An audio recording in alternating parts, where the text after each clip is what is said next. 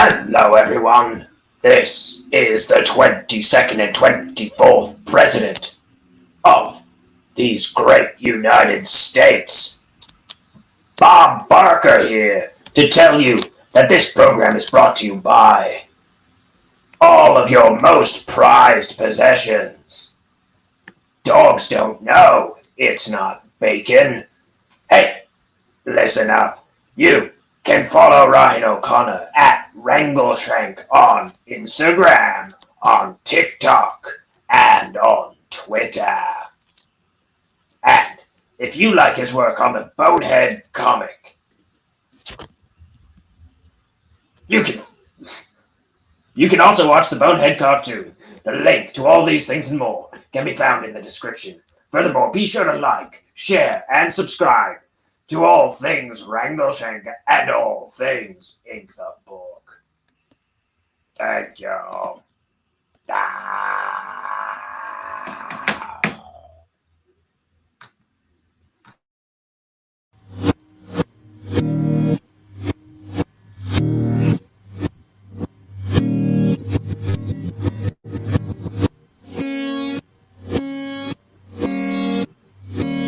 It's time for Ink the Book Show with your host, Ryan O'Connor. And now, let's ink the book.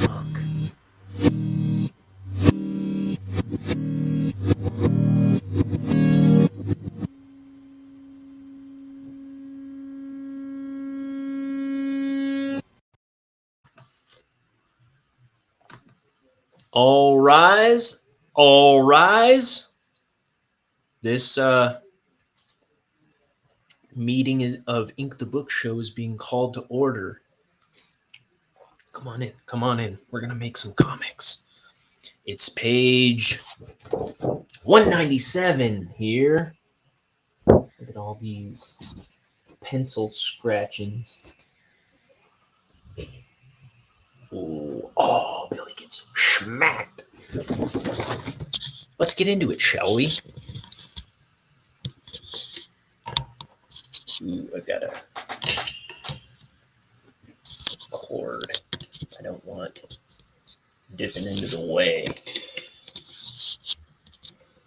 But it just might. Let's see.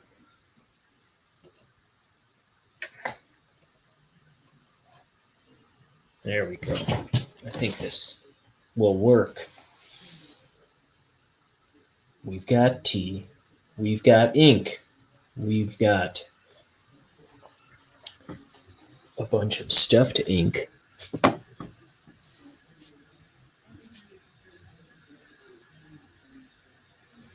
So I've been hustling all day. What have I been doing? I don't even remember. I was working on a little bit of an animation project, a tiny animation project. Not that I did any animating today. I was just cutting up an old drawing so it can be animated.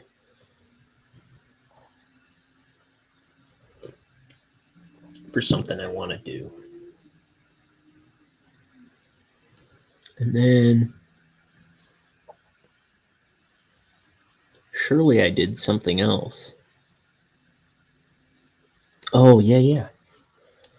I was thumbnailing pages for the next scene. This is the last page I have before. I mean, I've got plenty of pages to go, but it's the last page I have before the scene I rewrote and have to redraw. So I've been thumbnailing pages here and there. I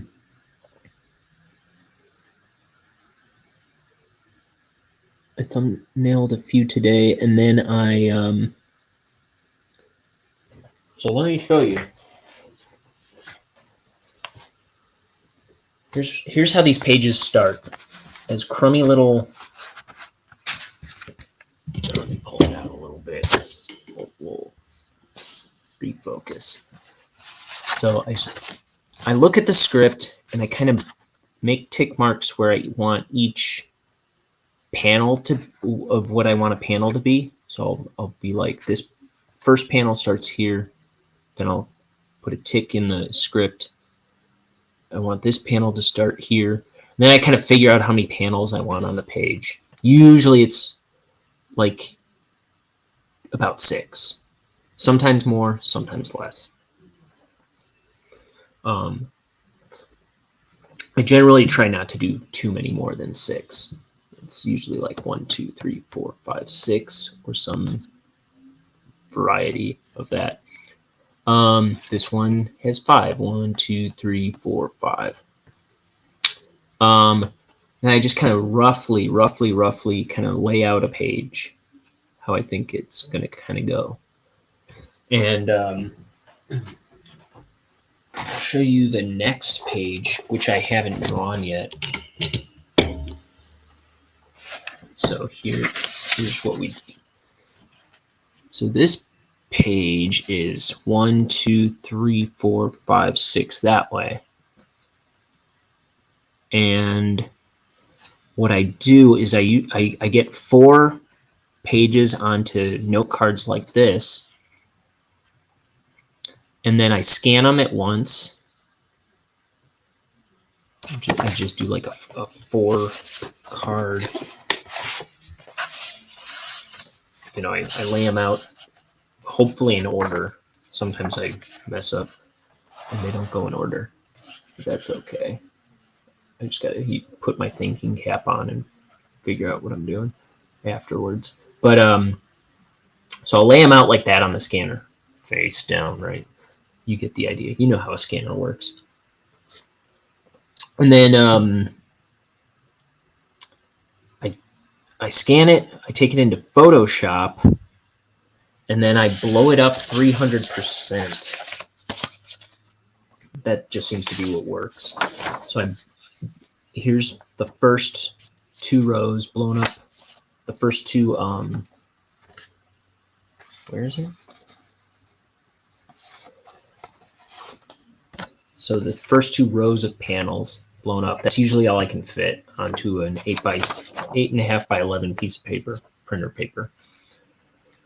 So I blow it up in Photoshop 300%, and then I print it out. And I do that with all, the whole thing of the 4 pages. And so I get a bunch of crummy drawings like this printed out. And this is how I did a lot, not all, but a lot of the Bonehead book. So I have 3 full sketchbooks of me cleaning. Like what I do next is I take those terrible scans. I use a light table like that. I put it under, and then I trace. I don't know if you can see.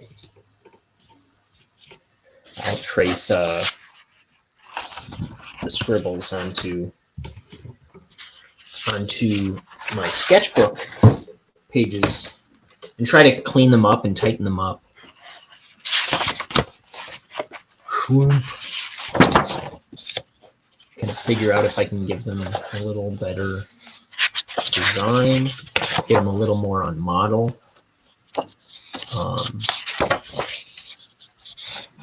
So this is the 3rd of my Bonehead sketches. And sometimes I just eyeball it, I think. And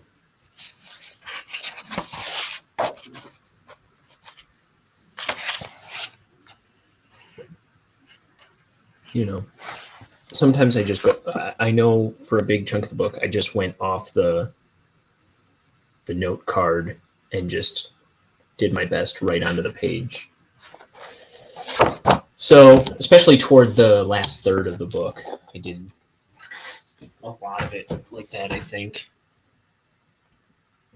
And then I took those drawings in the light table and then trace them onto the page itself. Then I would like break down the page, the panels of the page, kind of draw them out, and try to make them a little more designy and kind of refined, like, you know, whereas on the note card, pretty much all my panels just go right. They bleed off the edge of the note card. But like this one, I decided to make this one a little narrower. Kind of figure out where the panel breaks are going to be a little tighter than, you know, the loose scribble on the thing. So I get the panel design laid out on the page, and then I trace those drawings again with the light table into the panels I've made. That's how I did a big chunk of this book. And also I'm trying to like tighten up the drawings again. It's like a second pass of tightening up my loose thumbnails. So that's kind of how I've done a majority of this book, in case you were wondering, which, for the sake of feeling like I'm here for a reason, I'll say you were.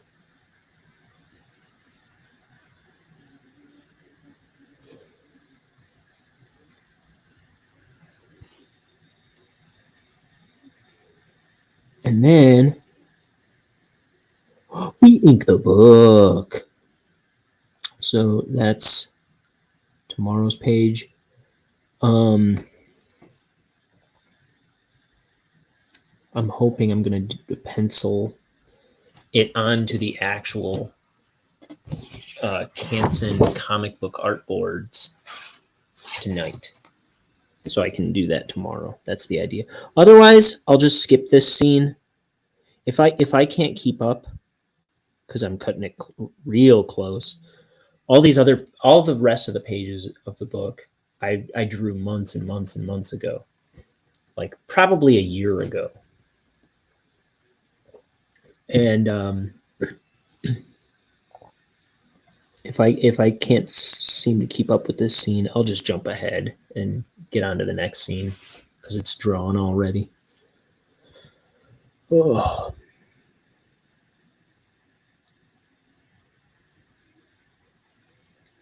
I went through the whole book and penciled it before I inked one drop of ink onto it.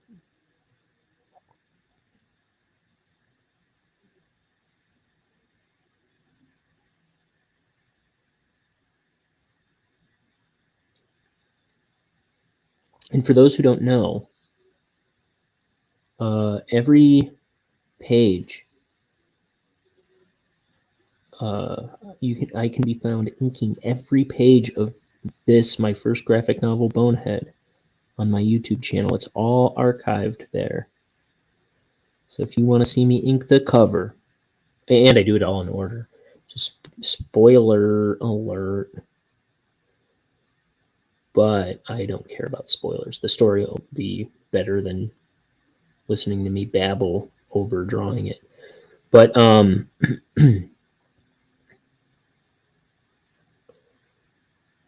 but yeah, if you care to watch me draw the cover, I did the back cover. That's the only thing I've done out of order so far. But you can see, like, there's about 210 videos of me inking, maybe 220 videos of me inking this book so far, probably 220.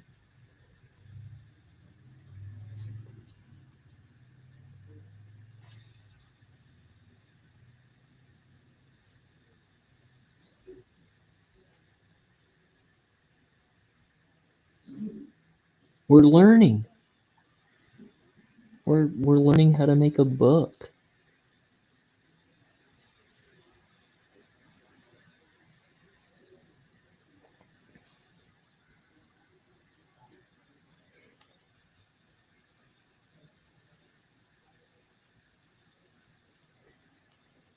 Oh, you know what? I wanted to put the link tree in the chat just so it's there, because the link isn't in the description, I know, on Twitch. Until after the broadcast ends, I usually add it.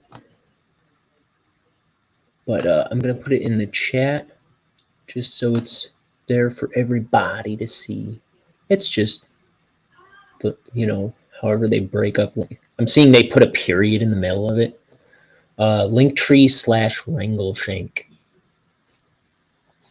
That's got all my social media links. The link to the Bonehead cartoon I made.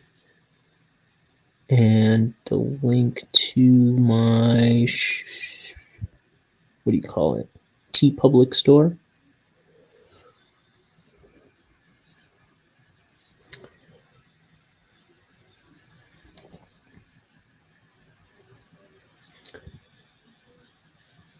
I recently started a TikTok.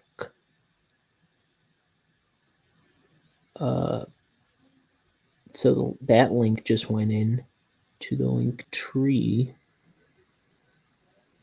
I'm trying to figure out how to TikTok. I put up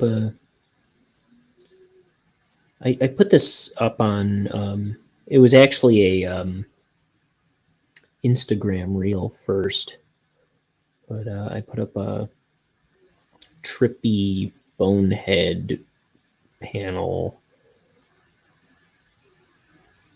video with Devil's Haircut by Beck playing.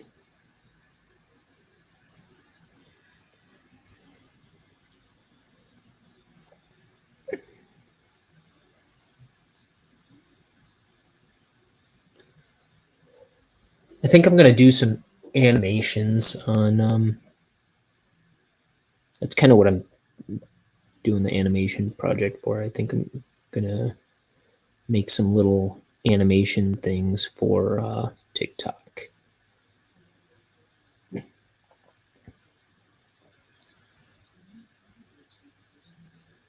I think, so if you go to my TeePublic store, I recently put up that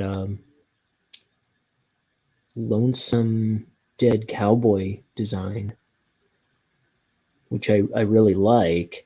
I think I'm going to make that guy like a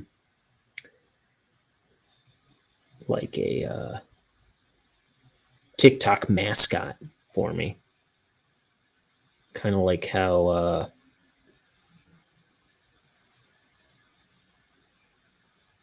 Grover Cleveland is the mascot for this show. People who don't see the start of the show won't know, but Hello, everyone. It's me, Grover Cleveland, the 22nd and 24th President of these great United States. Goodbye. Ah. Thank you, Mr. President. Twat nothing.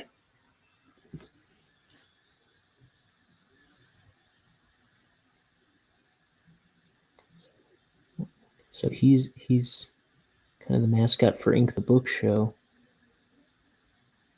And maybe the Lonesome Dead Cowboy won't be the mascot for my TikTok.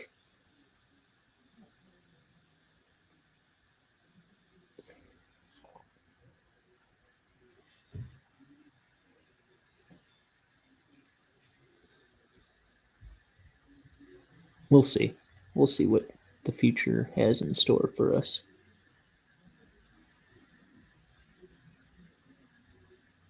Deja vu all of a sudden. I feel like I've inked this very page. Well, saying whatever it is I just said before.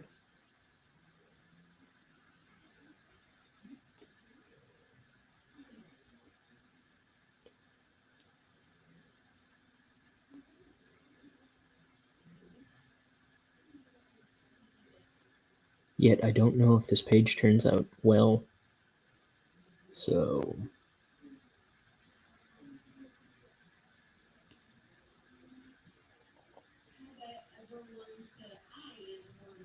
how premonition can I be? Premonition? Is that what I mean to say?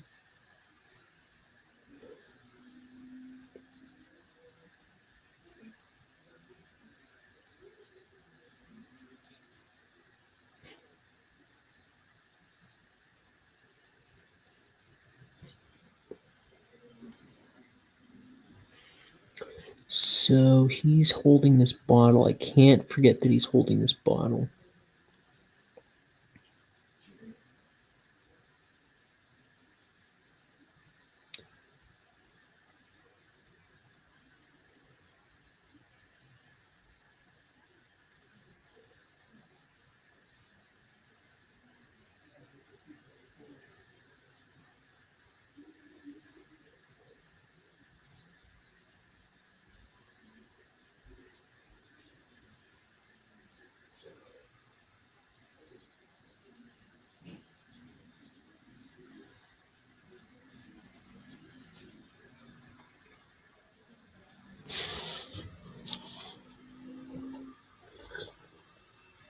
Nope.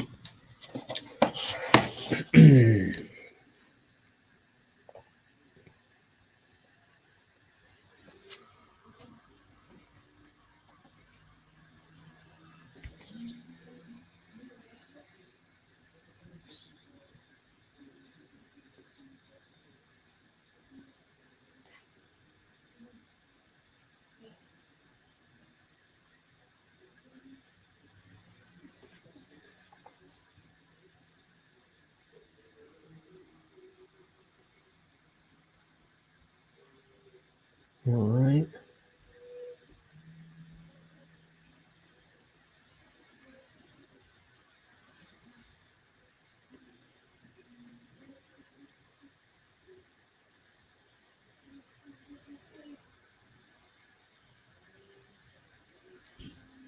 I still haven't gotten my dang, what do you call them? Insoles. So when I ordered them, they were like, same day shipping. And then I picked my size, and it was like, oh, later. Later shipping. All right. But I thought it was supposed to come today, but it's actually tomorrow. I need those insoles so my knees don't turn to dust.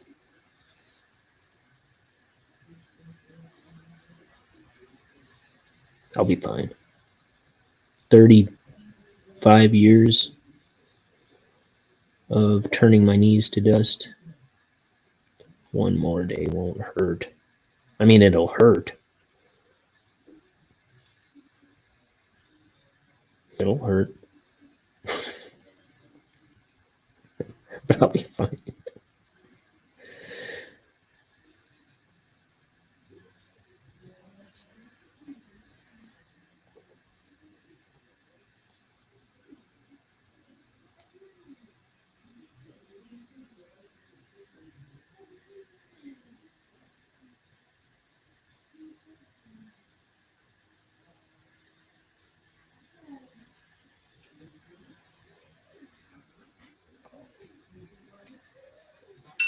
Holy guacamole!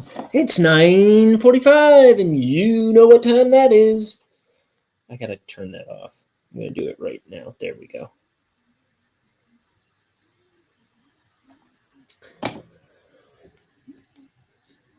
Jiminy Christmas about that. Okay.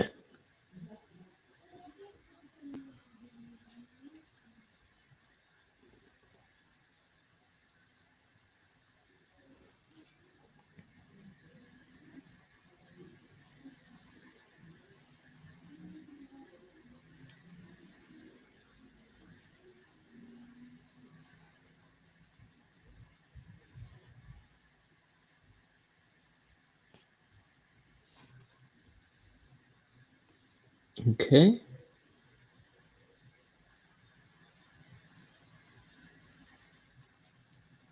I had to kind of like think. I had to rethink what my system was for converting those note cards to printouts. Weirdly, like I was like, I know I had like a specific system down. Like I do this step, then this step, then this step, and I got it into the scanner program, and I was like, do I edit it here or do I edit it in Photoshop? I don't know. I was confused because I haven't done it in months and months.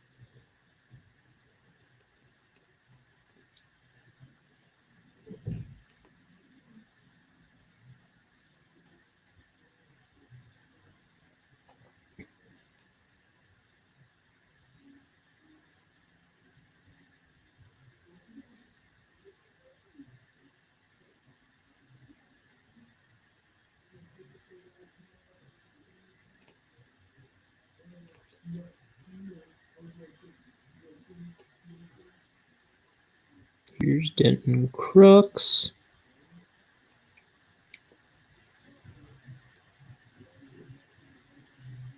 Our antagonist.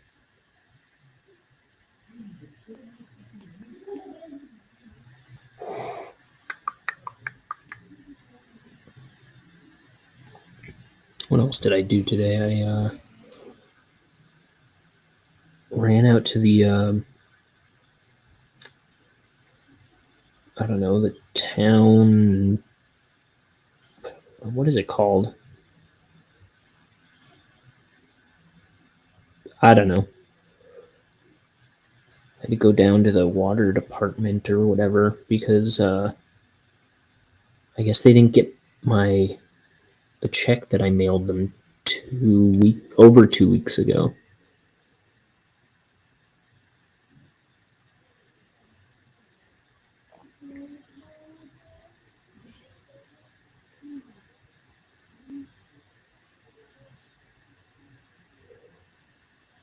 Because I got a thing in the mail saying, we're going to shut your water off if you don't pay. Just a friendly reminder. And I was like, I did pay. I paid so long ago.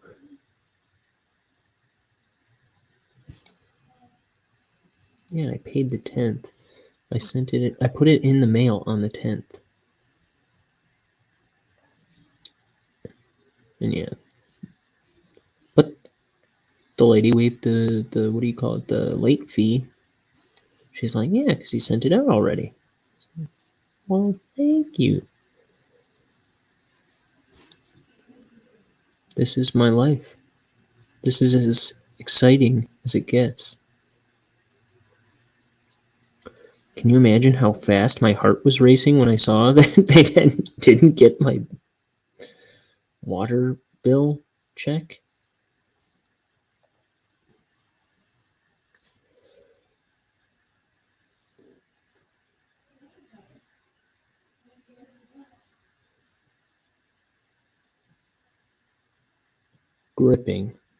Gripping stuff.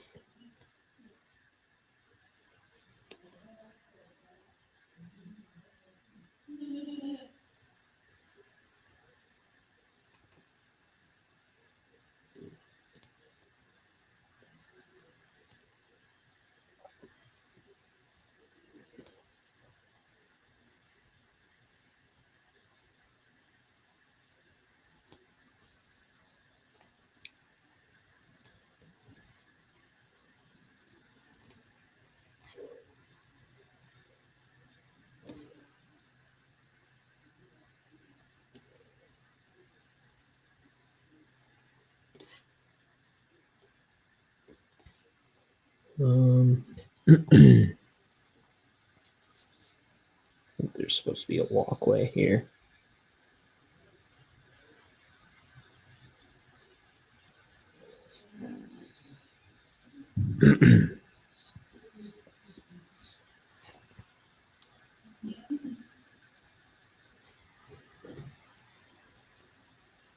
Oh. There was something I didn't do yesterday on my page yesterday. I forgot.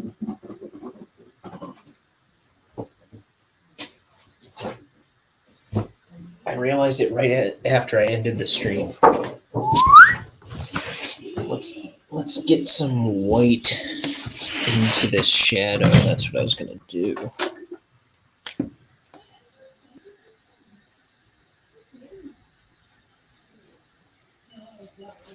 So it kind of looks a little more like a surface.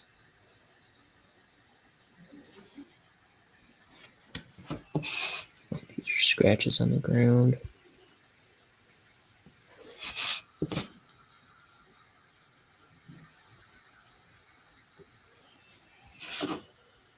Just a little bit. Just a little bit.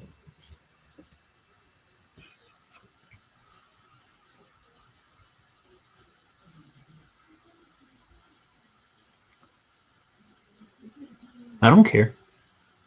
Okay.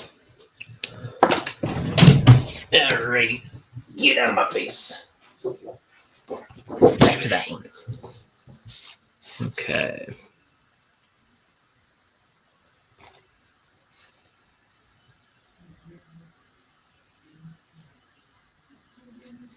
Inking my life away.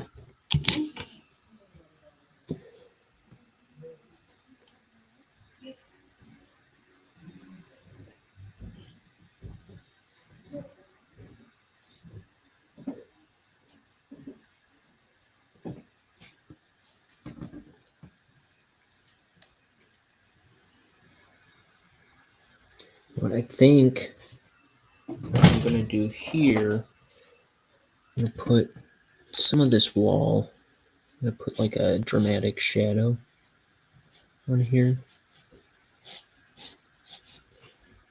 With these noir angle shadows that I do.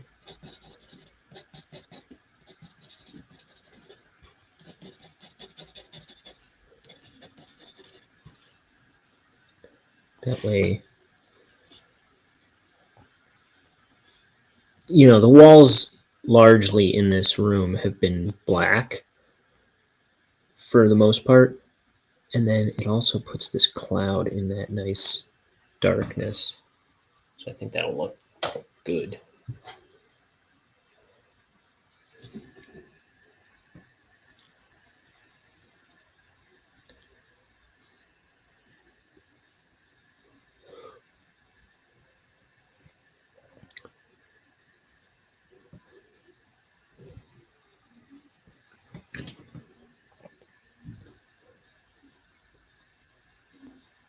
I'm always trying to think of something I can do to punch up a panel a little bit. Make it a little more solid, make it look a little more authentic, like a real comic. Because I've just got this fraud complex, you see. But yeah, just something to bump it up. I don't always land on something to make something better. But it's funny, like if I can't think of a better way to do this card, if I can't think of a better way to draw out a panel, I get kind of frustrated. But I just throw it down. Like with these four in particular, that's kind of what I did. I was kind of like, I don't know how to make it better, but here's my best. Here's my best, and my best is crap. But I'm putting it down, committing it to paper.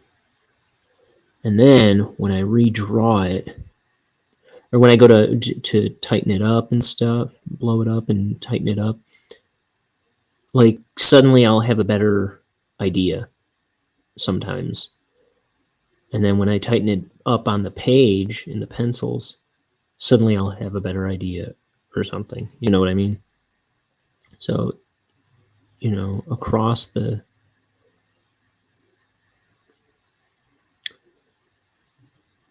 takes, it kind of buys you a little time as well as an opportunity to tighten it up. I don't know. I was thinking about that today.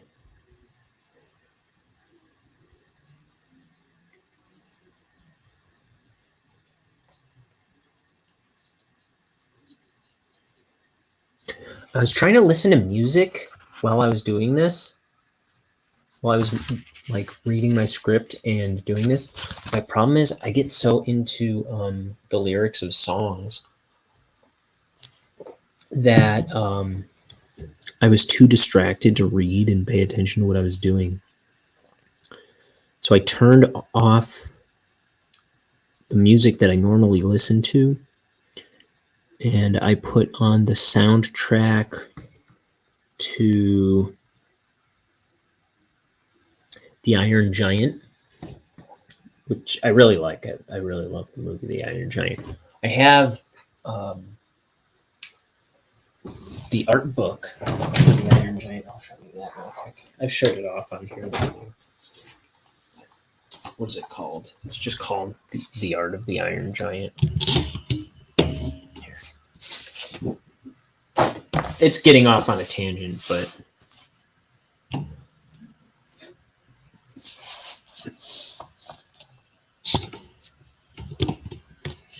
okay. But I put on that because it's instrumental and it's kind of cinematic. It kind of helps put me in the mind of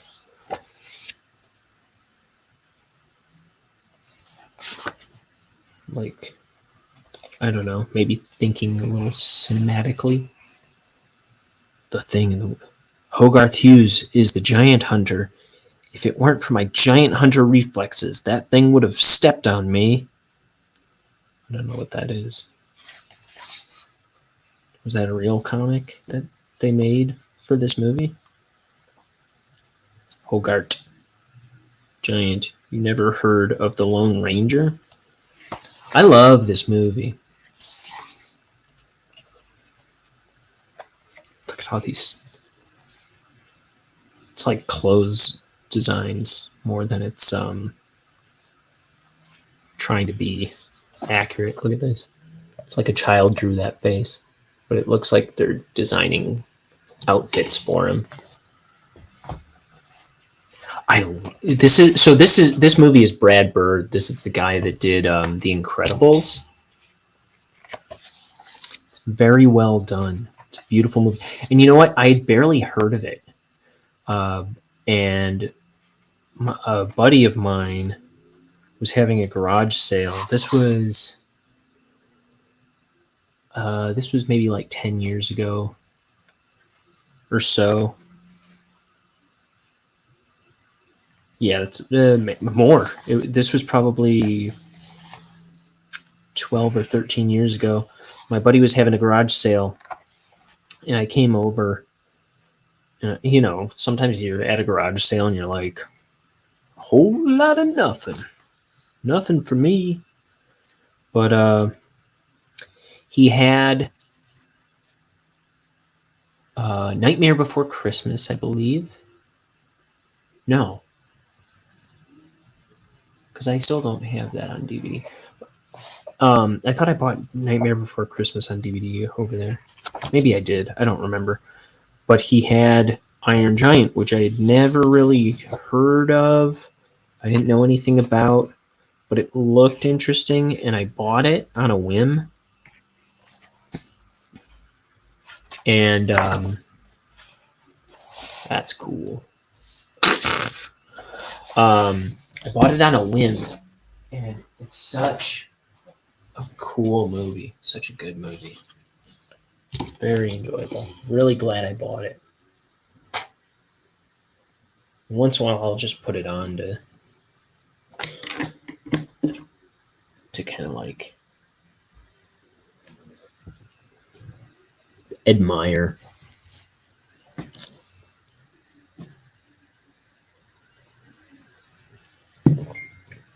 Another movie I admire a lot. animated movie is Sleeping Beauty. I think is so beautiful. Ivan Earl did the background paintings in that. I believe he also did. He might have done Peter Pan. I'm pretty certain he did.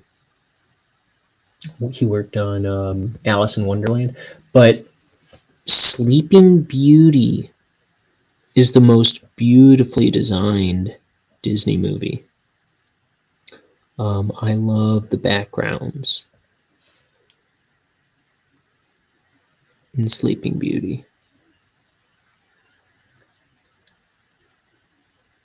Everything's like vertical or horizontal.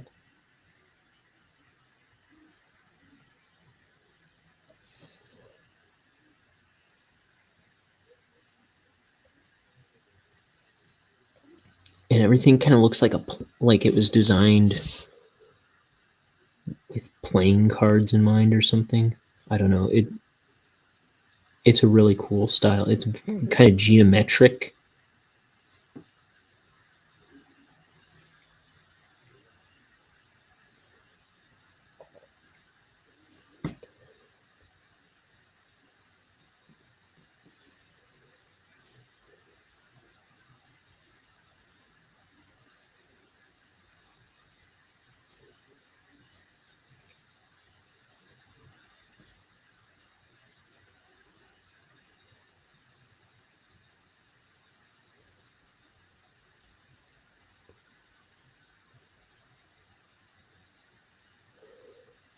And it was cool because I fell in love with it when my mom bought it on VHS or something many, many years ago. I noticed that it was so striking and it was like different looking than other Disney movies.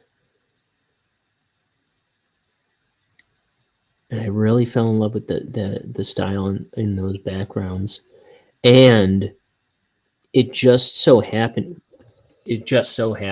that the tape that she bought had like a featurette at the end of it about Ivan Earl and his background paintings. And that's how I found out who he was.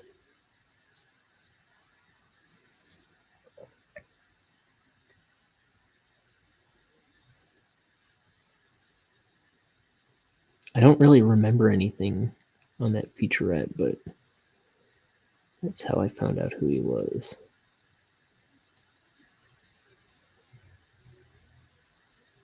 I'll have to look it up, see if I can find that video.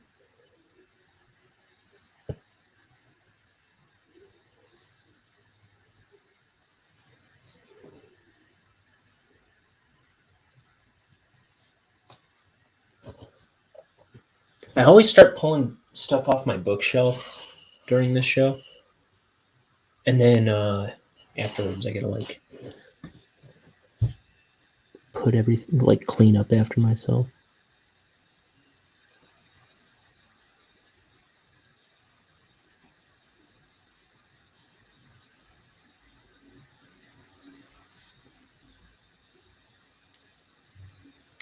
How lazy is that?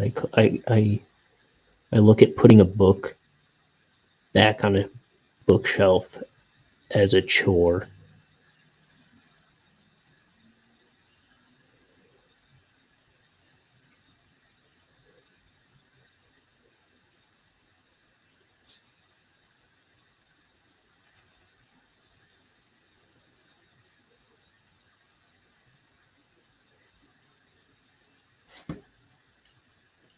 As Patrick Starr once said, how pathetic.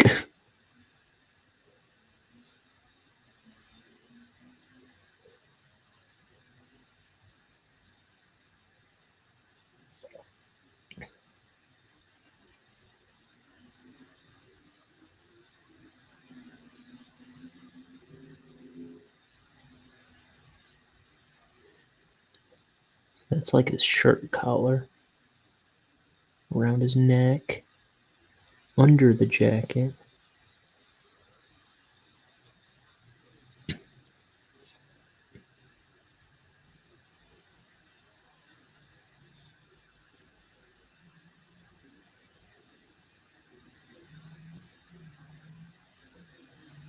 So that's going to be like that, I think. And then here,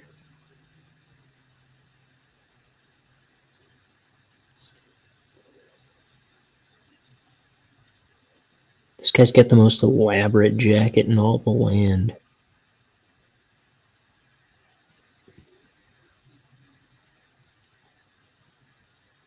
Not just. I always complain when I'm drawing his jacket.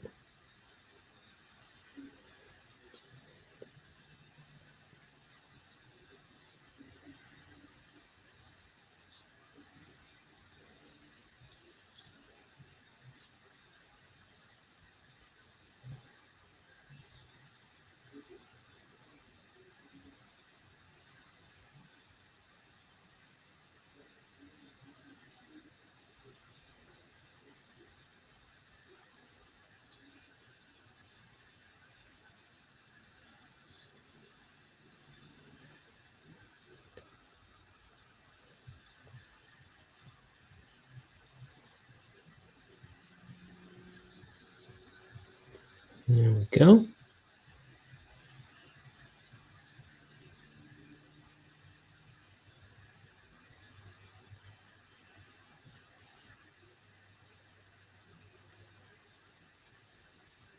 He's got these little shoulder straps. These pointless shoulder straps. This one almost doesn't look like it's attached. I'm going to bring his shoulder out a little more so it is.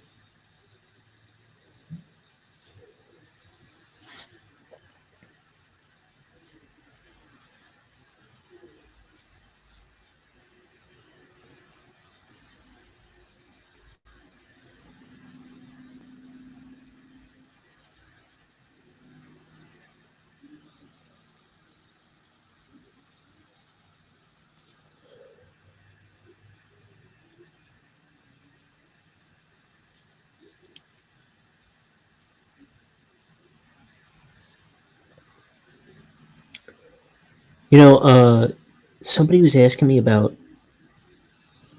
animation a little bit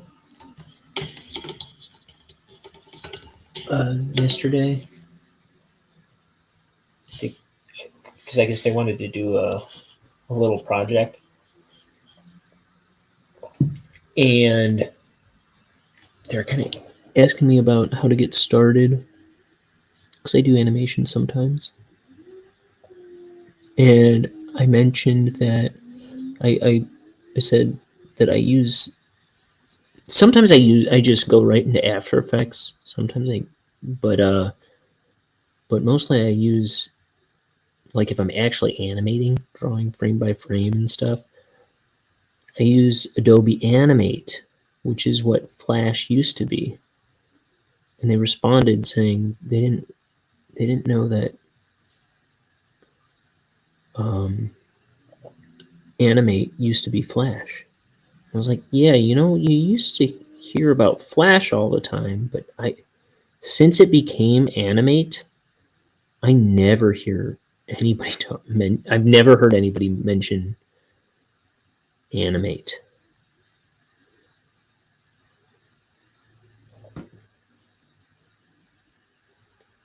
Like, in fact, when it came out, I always felt stupid calling it Animate because it kind of it doesn't sound like you're talking about a program when you refer to it. I don't know.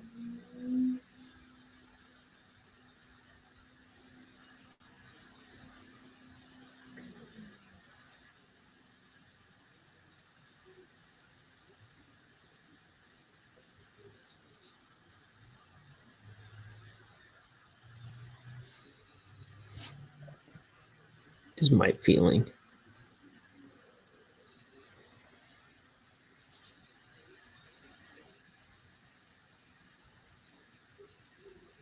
Shadow in his armpit.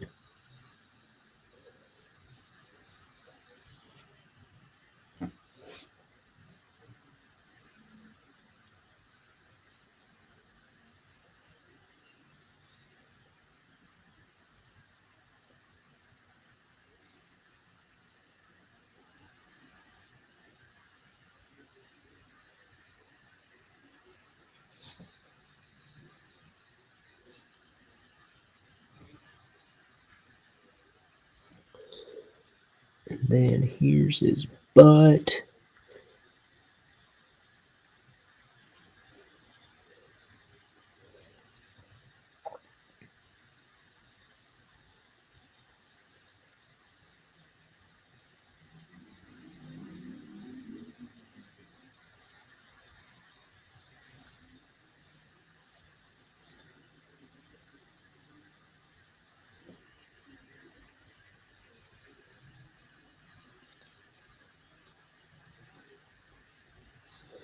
He's got coat.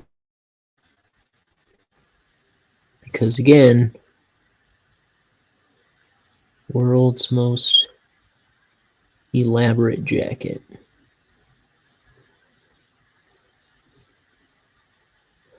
And I was going to try and throw a shadow onto the coattails, but I don't quite know how to approach it there. I think I'd rather do it in the color anyway. Just put a light shadow on there.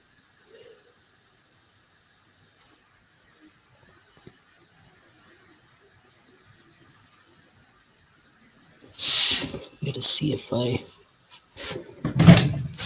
trying to figure out. Okay, I did ink that already. And he's holding this bottle in his right hand. I'm gonna be sorry I pointed that out, aren't I?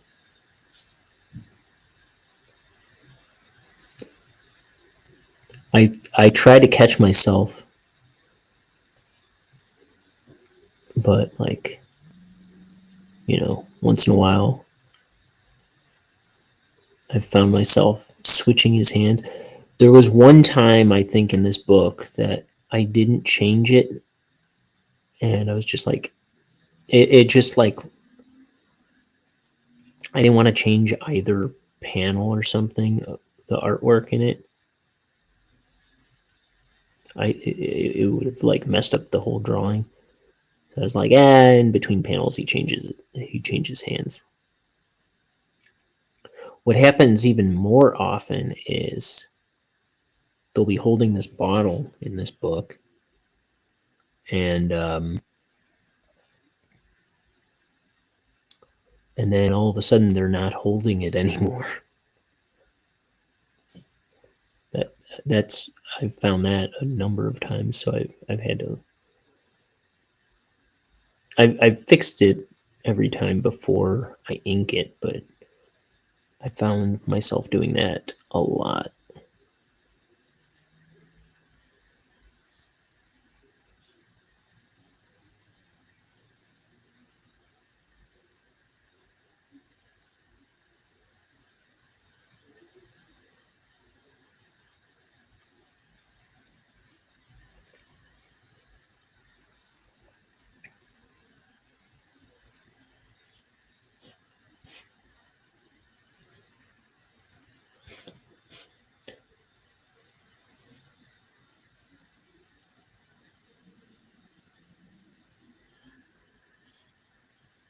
Okay.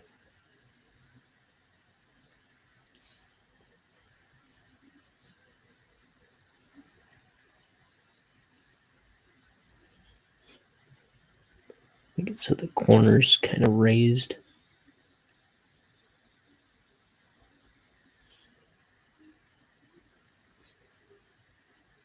This is his I can't be bothered face.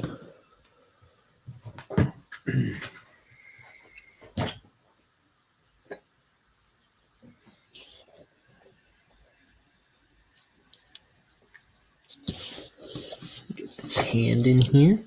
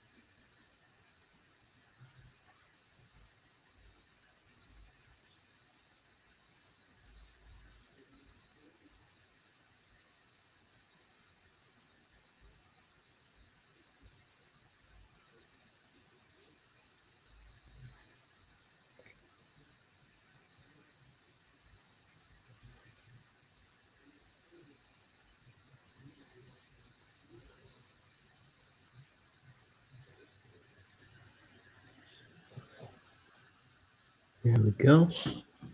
I think I might put a little drop under his palm.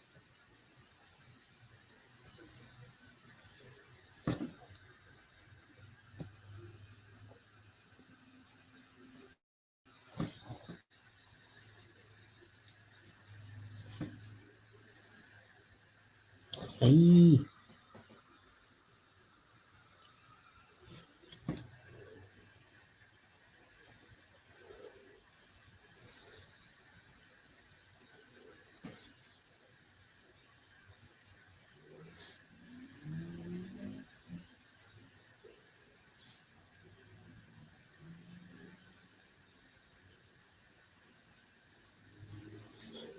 Table over here.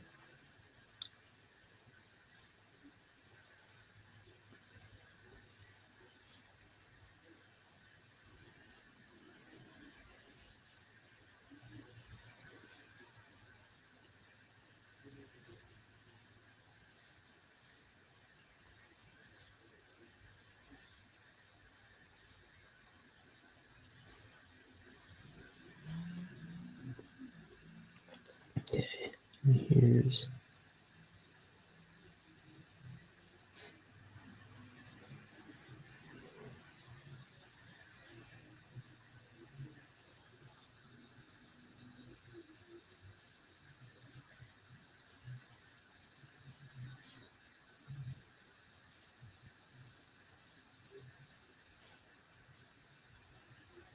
oops.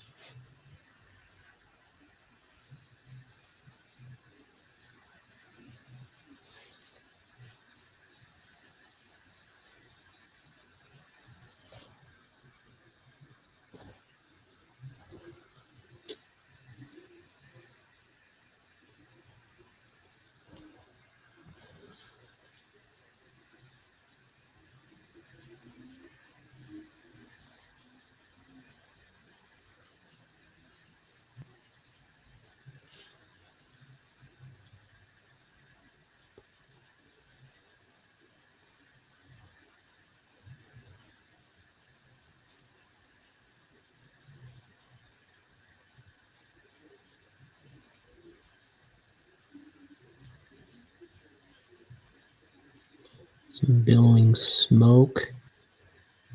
Am I doing it right?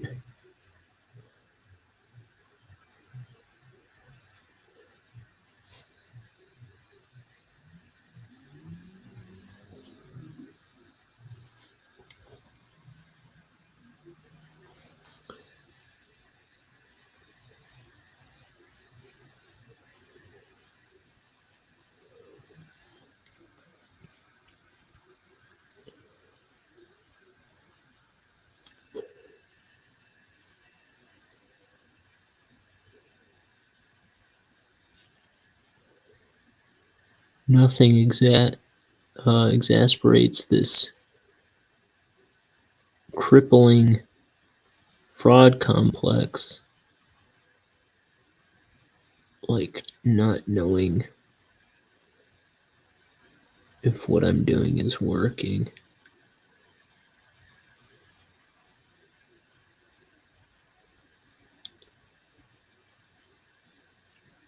No, I'm fine.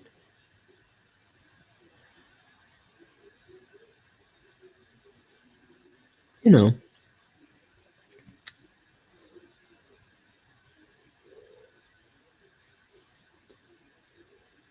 if I'm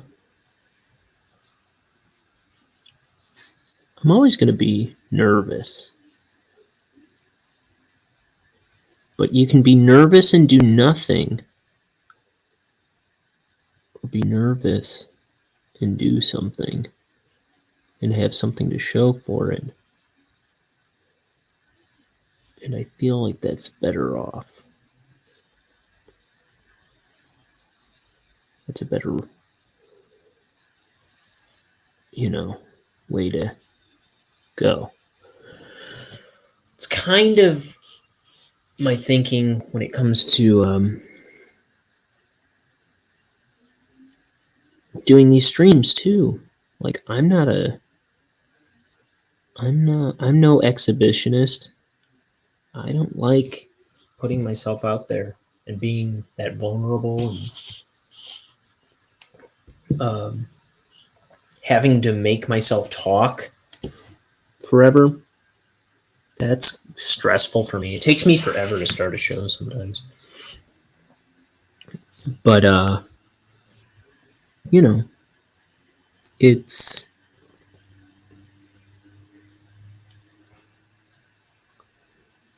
I want to push myself to do stuff I'm afraid to do. And, something I've learned this past year doing these streams and inking this comic is like, if you just make yourself do stuff, you'll surprise yourself a lot more than you might expect. Like, pleasantly surprise yourself more than you might anticipate. So,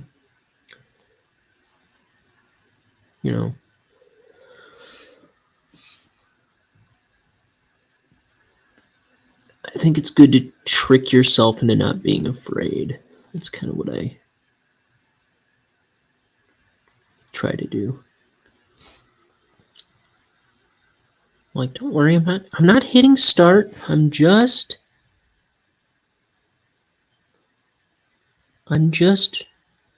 look, I'm not touching the start button. I'm not touching the start button. Don't worry about it. It's about your business, and then I hit the start button.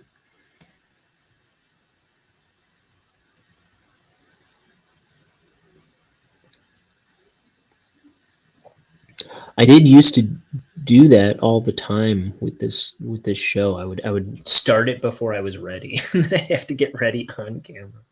Be like, I need a cup of tea. Speaking of which, I do need a cup of tea. Ink the Book Show. We'll be right back. Here,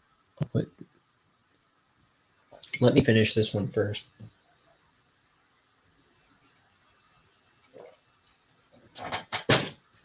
Okay.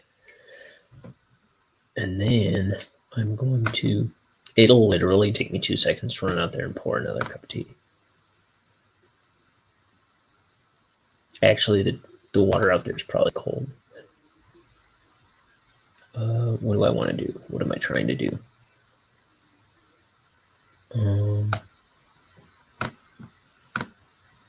Oh yeah, this guy.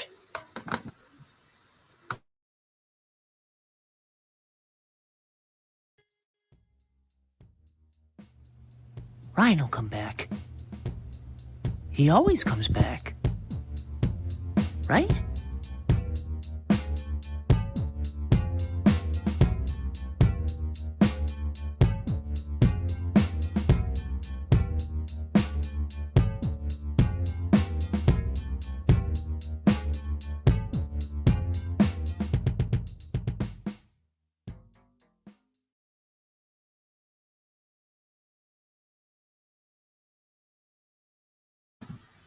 I'm back. I'm back, baby.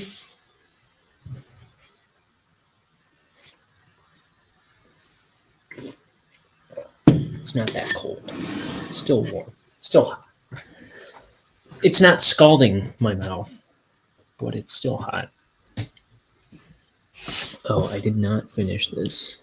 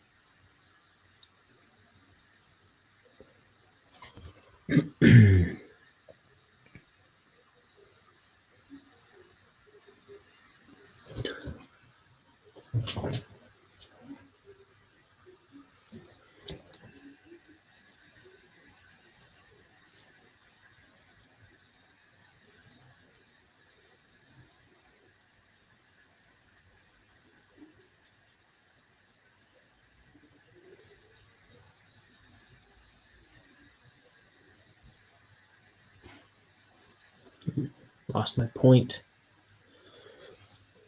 It's still not there. I need a point to be able to draw. If it gets all frayed, you don't know what you're going to get when you put the brush down.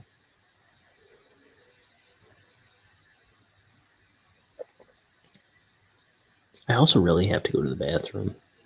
I've got over half a page to do.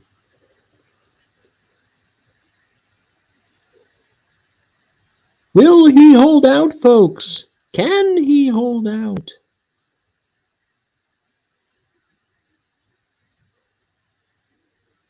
There I go, quoting Ren and Stimpy again.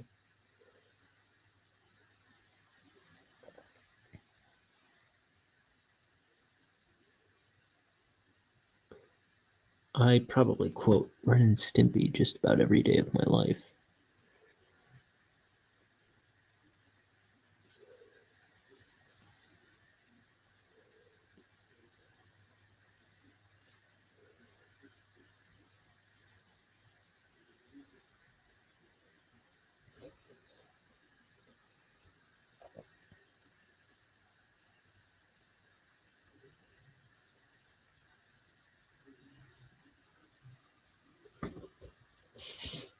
Sayonara, suckers, says he.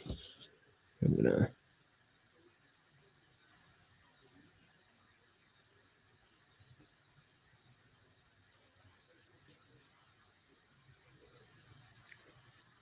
separate these fingers from each other a tad bit.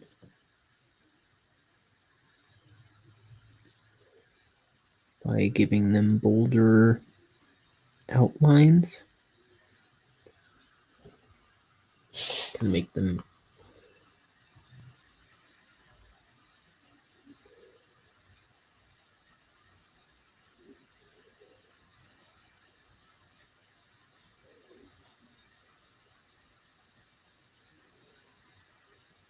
also stand out in front of this cloud.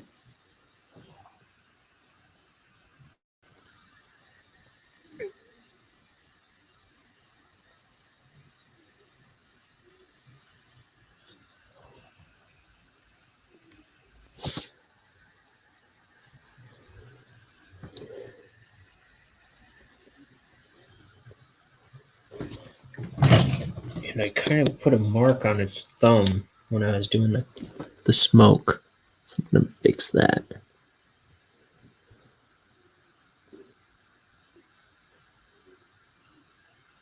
And I think this should be lower.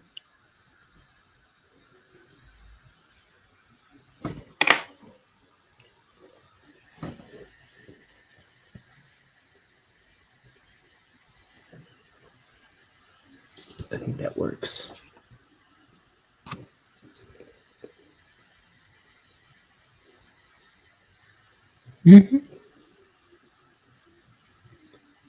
I started to die, which started the whole world giggling.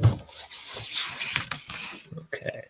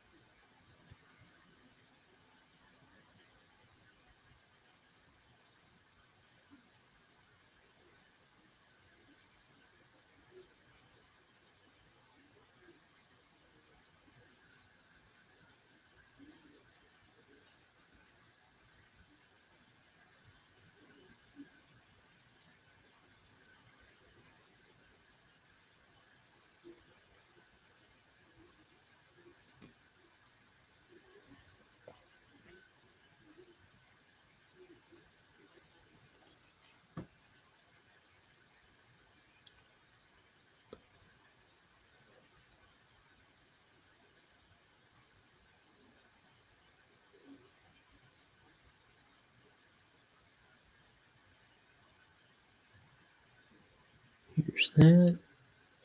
He's all like, I won't let you get away with this.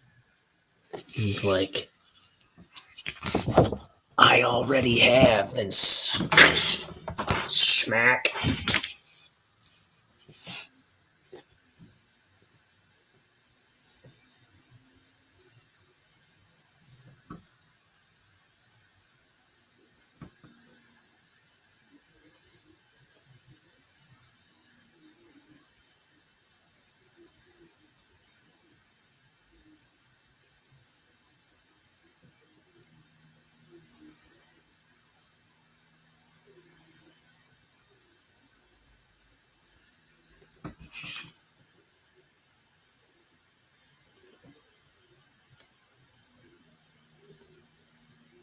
He's all like choking on smoke, too, I think.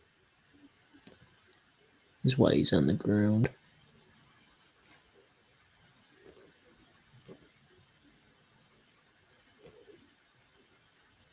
I forget. I think that's why.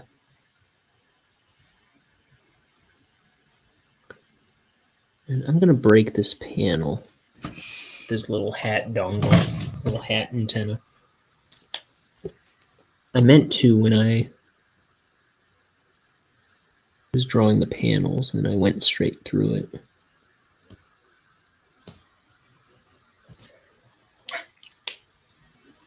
That's how you know his hat is from space. It's got an antenna.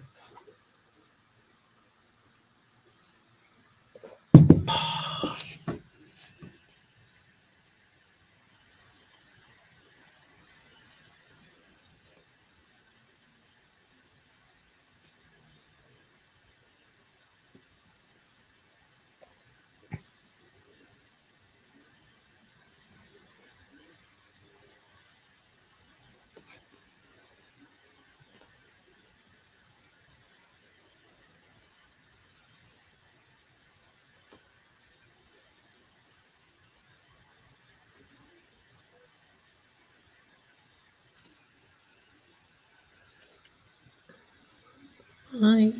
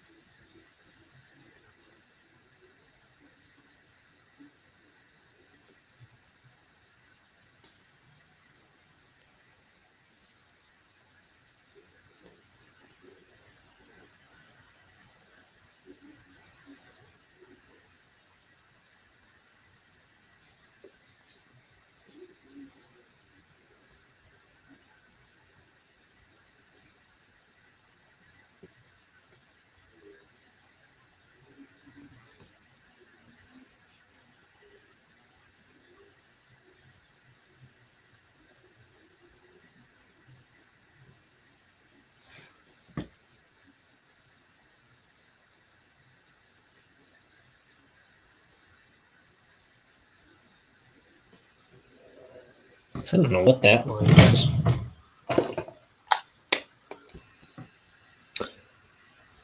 I don't know if that makes sense or not.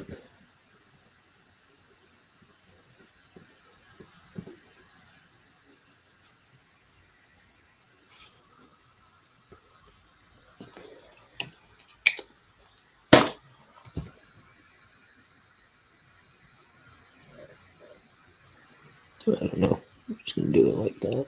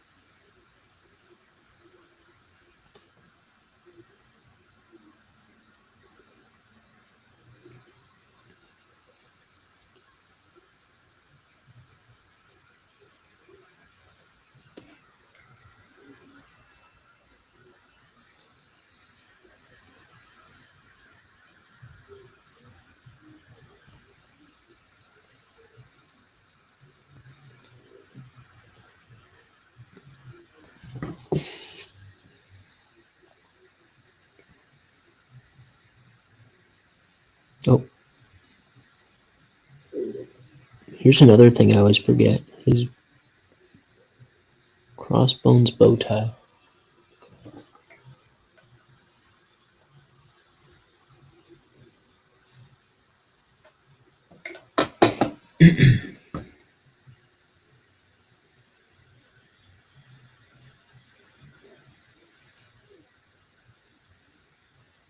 I've had to like rework entire drawings of him in this comic because I forgot his crossbones bow tie. And then when I try to add it, it just messes up the composition of the drawing or something. Like, oh no, I gotta redraw him.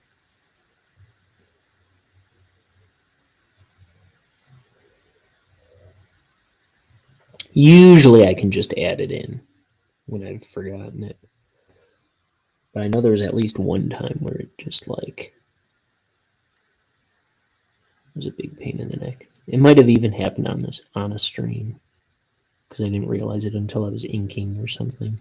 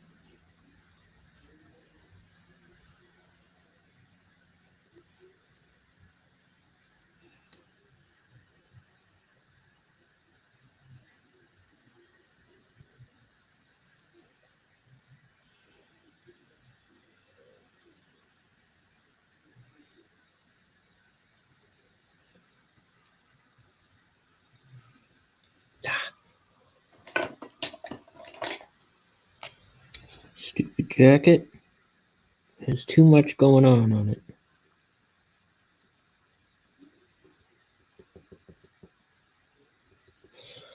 I always forget about these shoulder straps too, which are inspired by some shoulder straps that were on the jacket that I was actually wearing at the time when I designed him.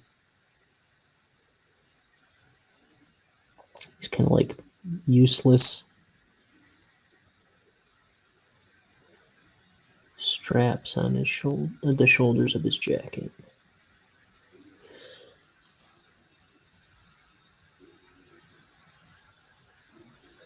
Man, I must have had that jacket for a long time. I designed him within about 10 years. And I still have that jacket, but I just got a new one.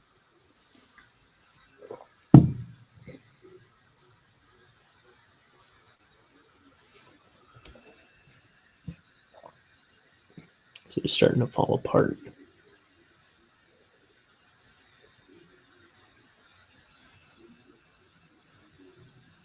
But I think a lot of jackets have those unnecessary shoulder straps. What's the deal with those? Asked Jerry Seinfeld.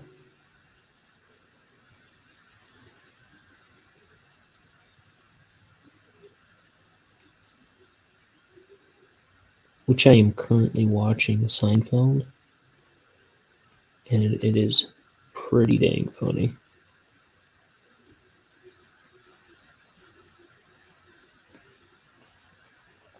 I am at this very, very moment watching Seinfeld. Right now.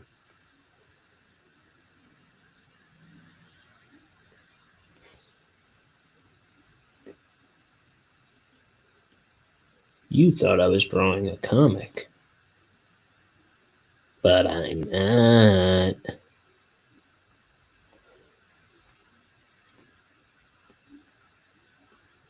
Suckers.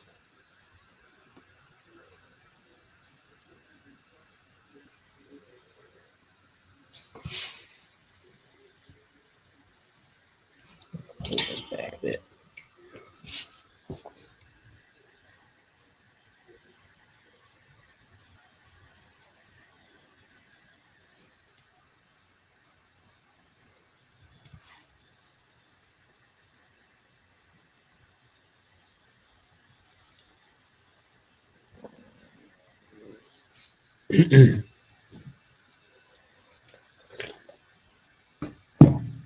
Okay.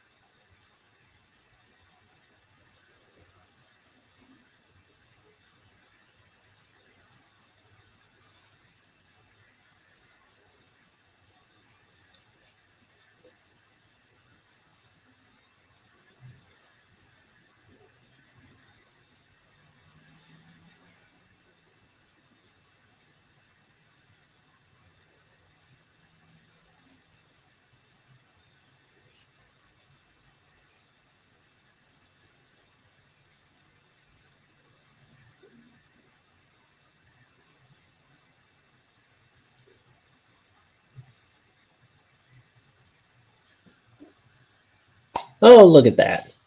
There's Mogan Joe. Howdy do.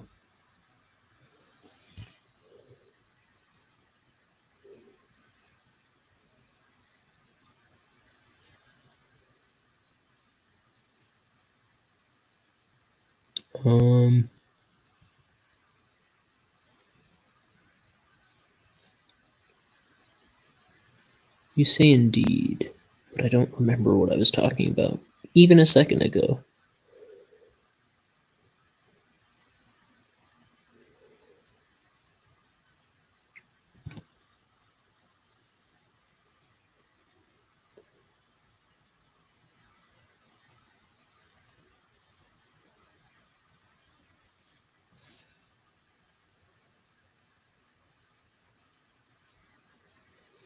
Okay. Here's this bottle.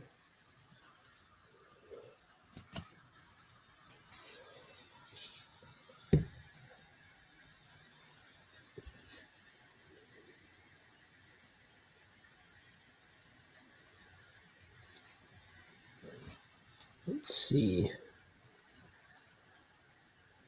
He's got these little, like, Mickey Mouse buttons back here. This jacket has it all.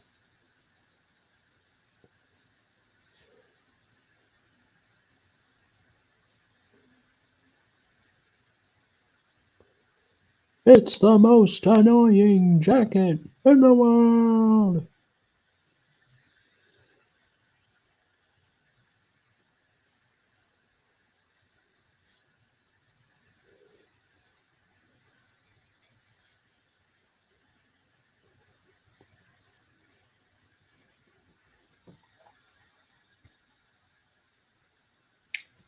Oh, you just want... Neither do I. Just came in. Just wanted to say indeed. Indeed.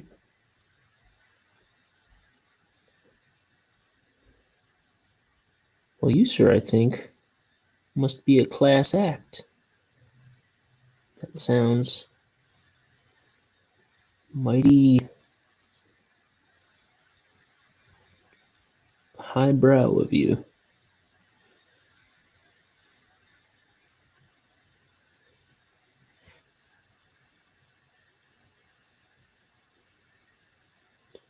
He came in puffing on a pipe, wearing a monocle and a top hat.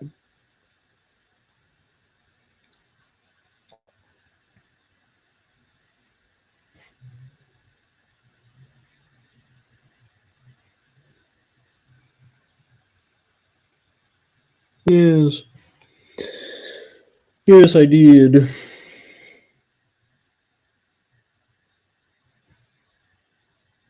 Someone has to class this joint up.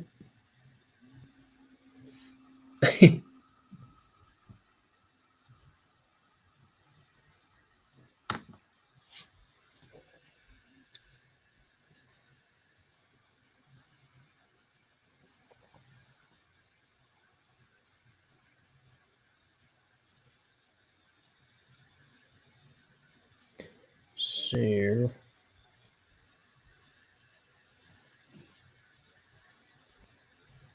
jacket, shadow,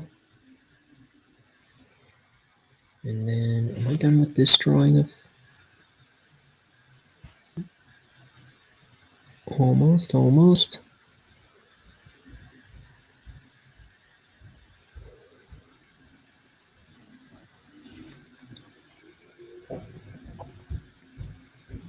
Oh, he's got like these motion lines. I want to kind of get some swiftness when you're doing that, so you can get nice smooth lines. Indubitably. Quite.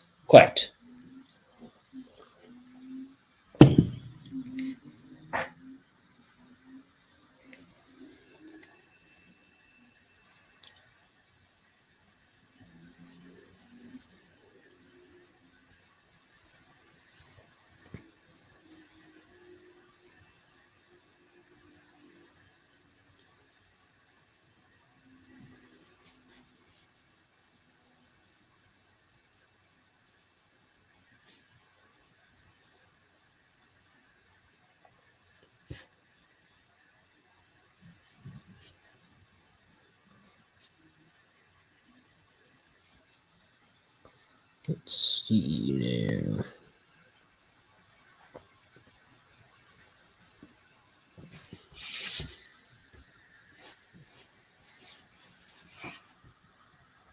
So how's art going? Not so bad. I was showing earlier how I kind of, because I'm trying to plan the next scene.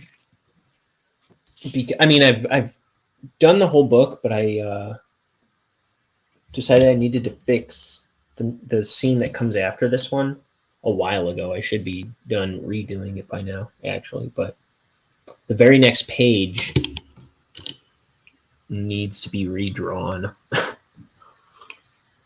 So I could always skip the scene if I need to. I'm going to try and draw it, the first page of the scene that I'm redoing tonight, so I can ink it tomorrow.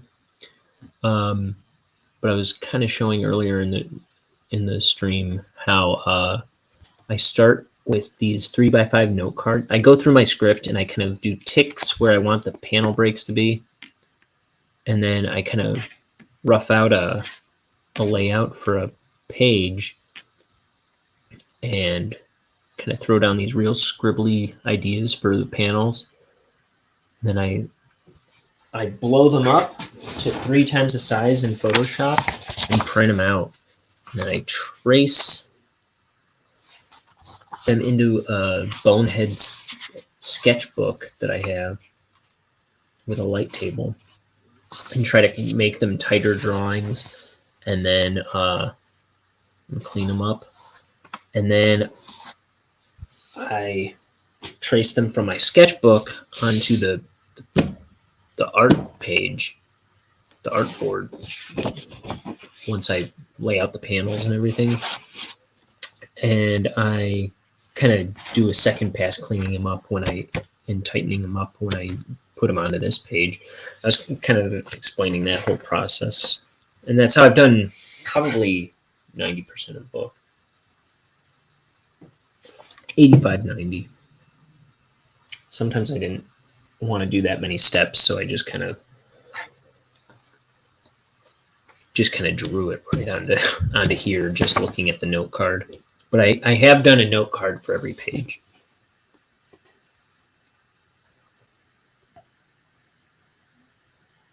So I did some thumbnail cards today, and I drew some of the panels in sketchbook. Ooh, I'm not doing straight lines. So I got some of that done. I was doing I took an old drawing of mine and kind of in Photoshop I was breaking it up into separate pieces so I can actually animate this drawing that I did a long time ago, because I want to do something with that. I think on TikTok I'm going to make some animation for it, I think. Nothing too complex. The most complex part is breaking up the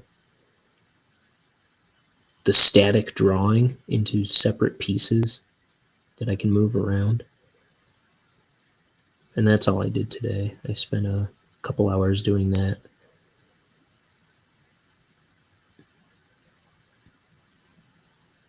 And now I'm inking. I think it's going all right.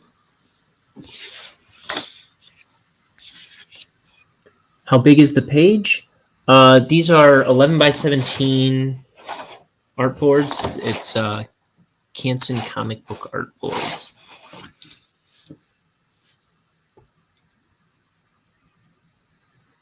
Animation is hard. That's true. I mean,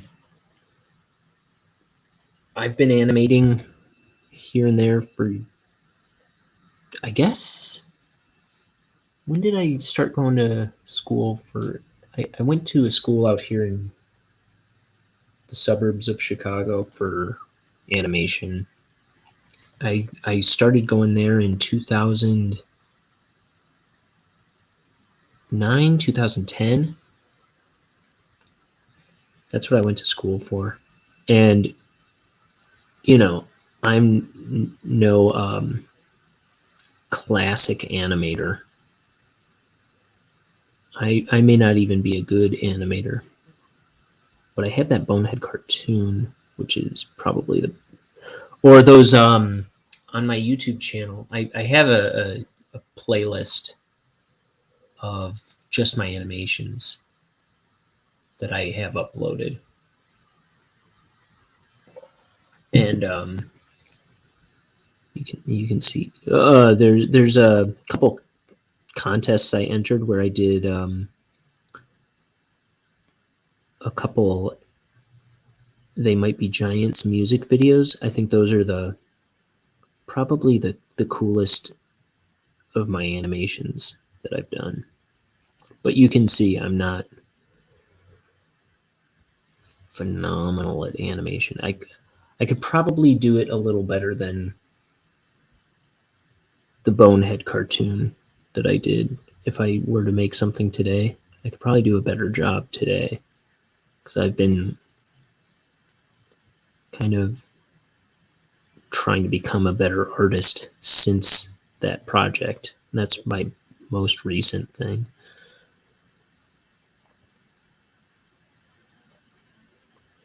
I'd like to think I would be better at animating today, but it is hard. It's very time consuming. That Bonehead project was the longest animation project I've ever worked on.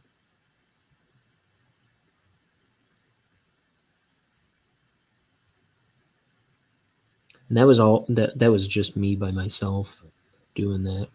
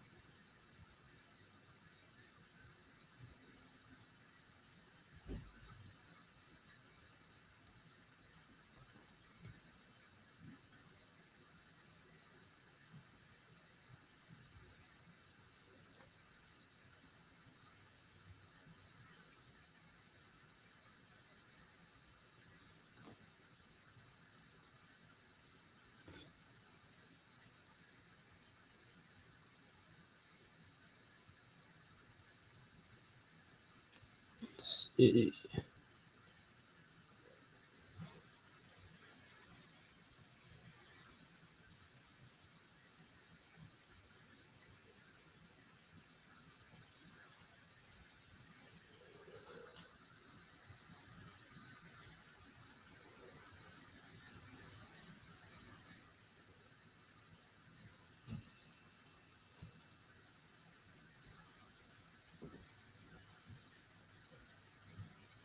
Speaking of animation, I saw a little trailer for a stop motion Pinocchio movie that I guess Pat McHale, who did Over the Garden Wall, which is wonderful. It's a really funny, limited. It was like 10-minute cartoons. It was called Over the Garden Wall, about two brothers that get lost in the woods. It's very funny, very beautiful, it gets scary. It's really cool. And John Cleese is in it. Tim Curry's in it. Christopher Lloyd is in it. Elijah Wood is one of the main characters. It's really good. Anyway, I'm getting off of what I was trying to talk about. Anyway, Pat McHale wrote it, I guess, and it's directed by Guillermo del Toro. This new Pinocchio stop motion movie looks pretty cool.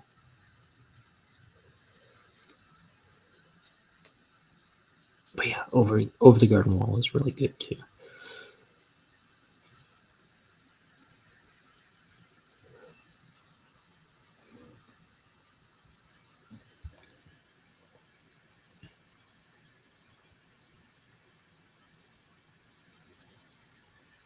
And I think it's all on YouTube still. No, he's not dead. He had a stroke, and I think he's wheelchair bound.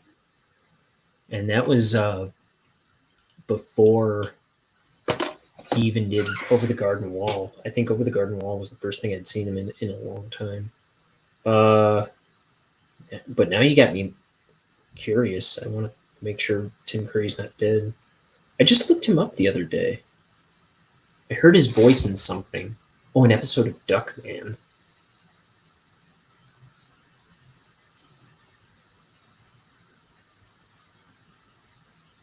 Yeah, he's still alive. He's 76. Yeah, he had a major stroke in 2012.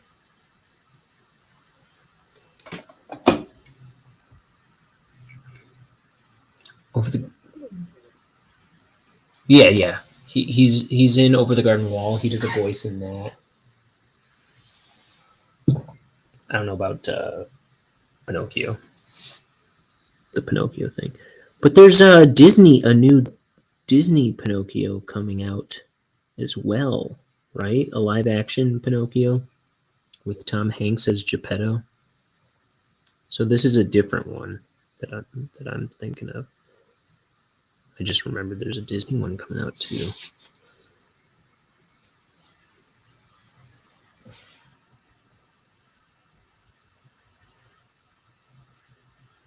Yeah, me too.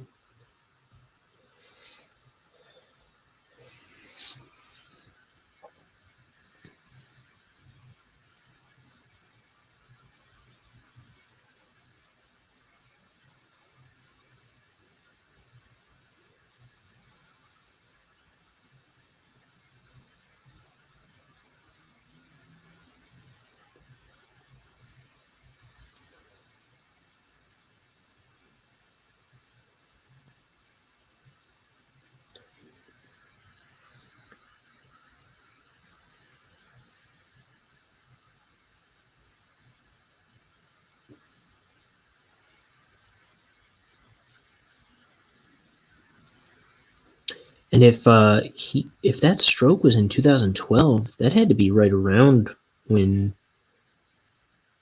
I don't know if that would be like the first or last thing before or after his stroke that he was in.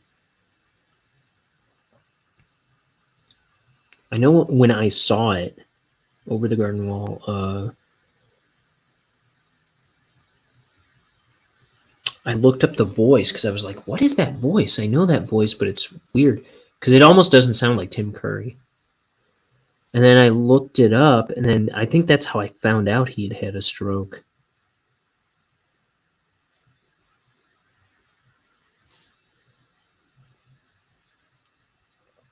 Because I think that came out about 2012.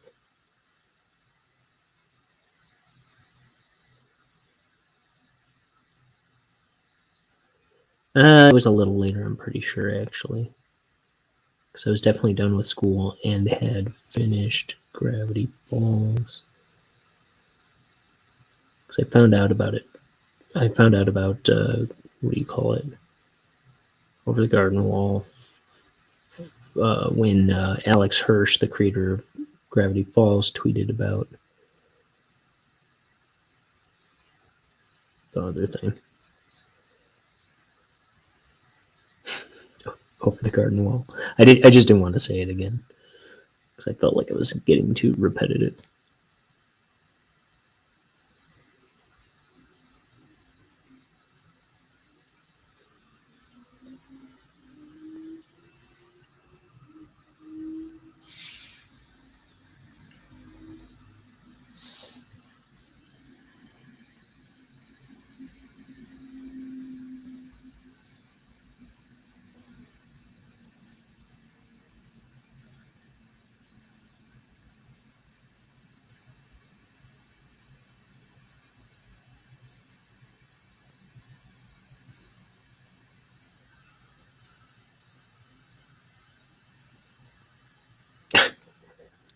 Was it on TikTok?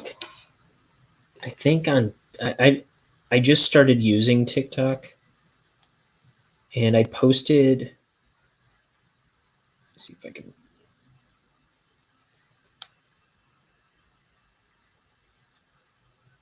I think it was on.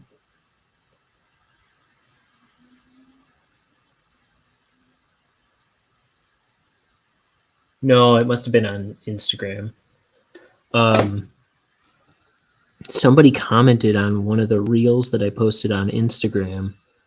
They were like, "Looks great, but beware. People are gonna like if it ever gets published, people are gonna Rule 34 it."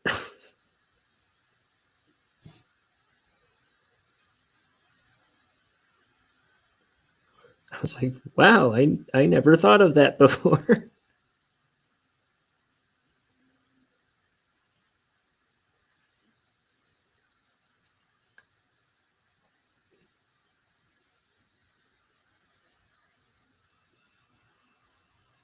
What do I use to animate? I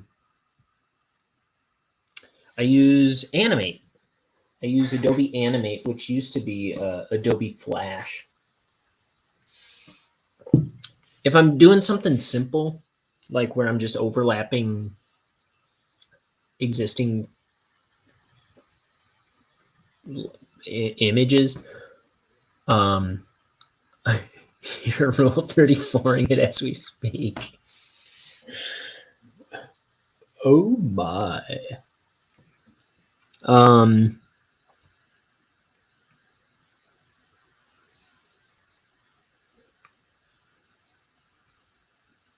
Yeah, if I'm doing something simpler where I'm not drawing frame by frame, where I don't have to draw frame by frame, and I'm just like moving stuff around, I'll use After Effects.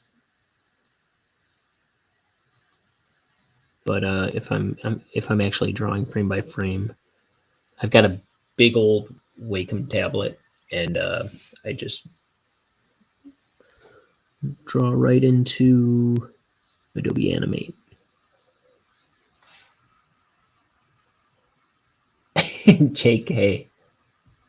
This time.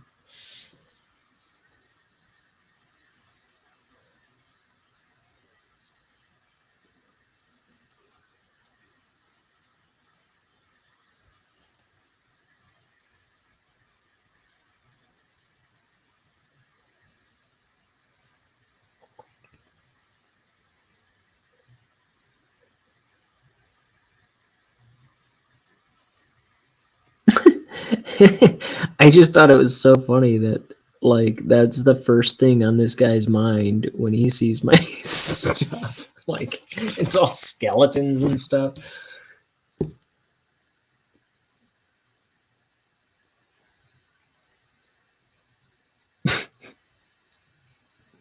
It's like looks awesome.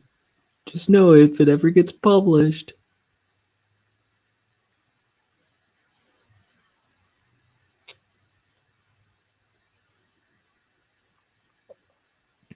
And it's not like anything in it, in the thing that he commented on was like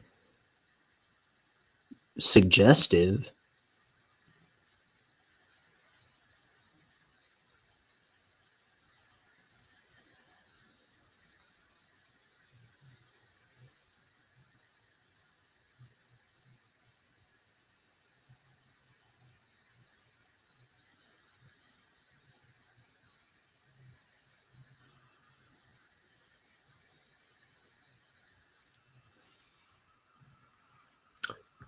Clip Studio.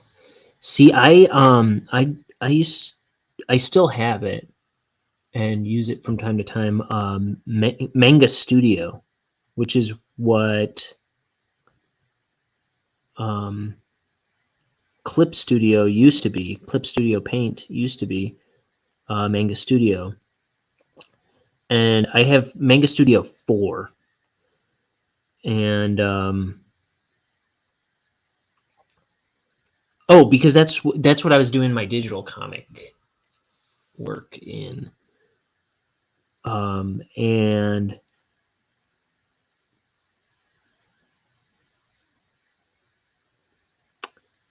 what was I saying?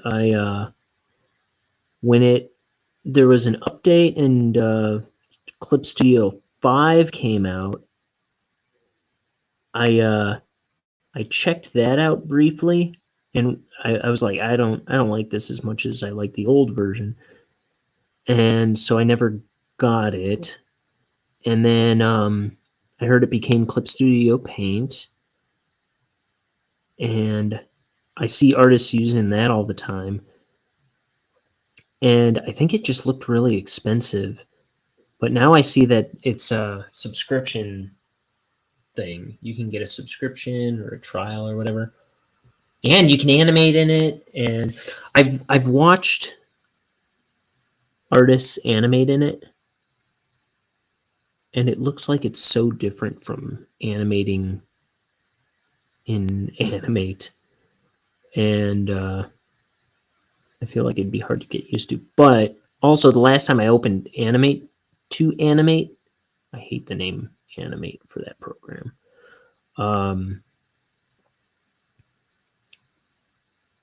It was like a little more of a pain in the neck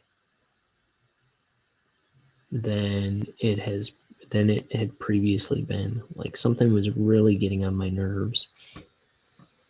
So I was thinking a while ago about trying out, like at least doing a free trial of Clip Studio Paint.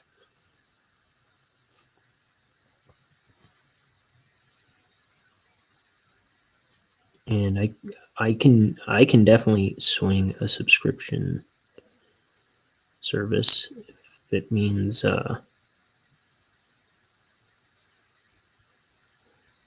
especially if it's any cheaper than Animate. Well, I don't know. I think it's comparable.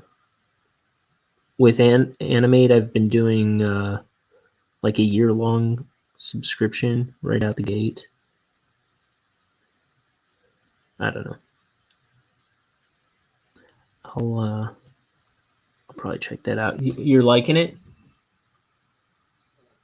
You said TikTok used to be musically, or whatever it's called. Really? Oh, I think I remember hearing that. You can buy Clip Pro for a one-time price. Isn't it like $200 or something? Or pay for EX on the subscription plan. Okay. The EX allows more animation frames. That's right. I was looking at it a while back. I just don't quite remember what I saw. Okay.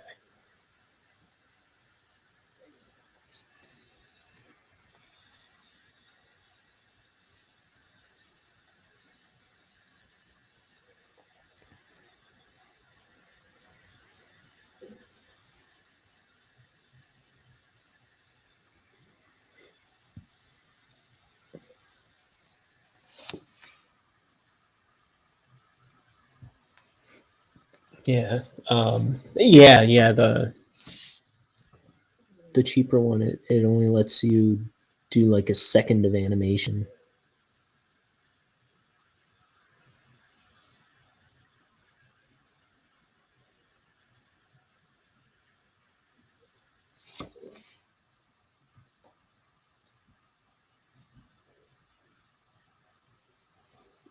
$50 for Pro.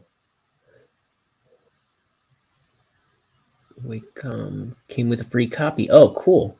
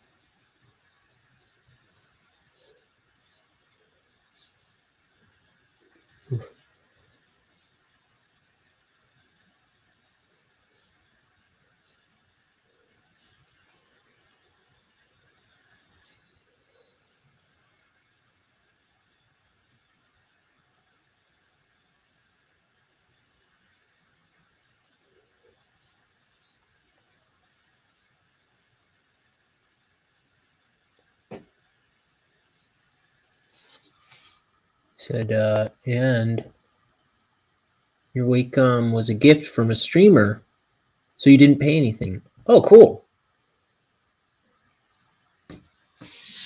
That's really cool.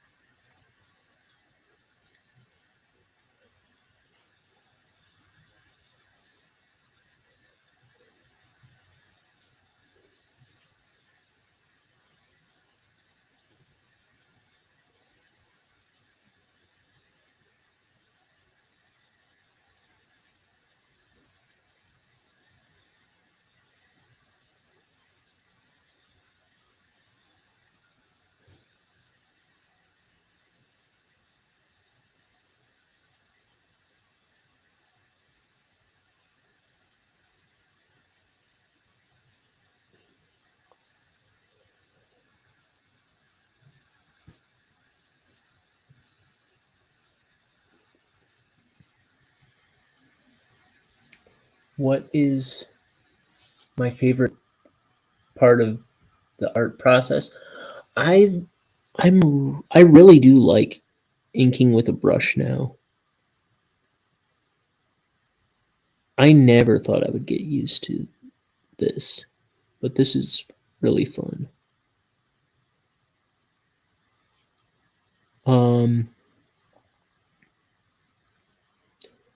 I also like just doodling, but I haven't been doing that as much lately, which is kind of unfortunate.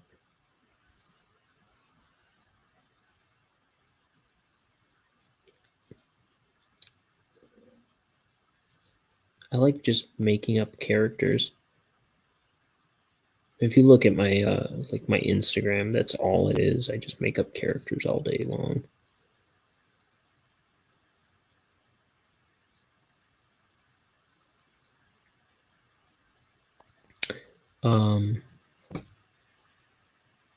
Let's see. This actually goes up. Um,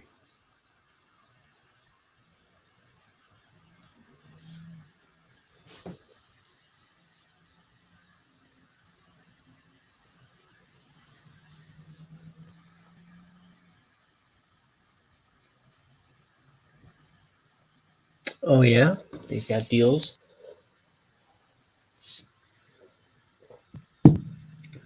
That's cool. Let me take a look real quick, because let's see, Clip Studio Paint.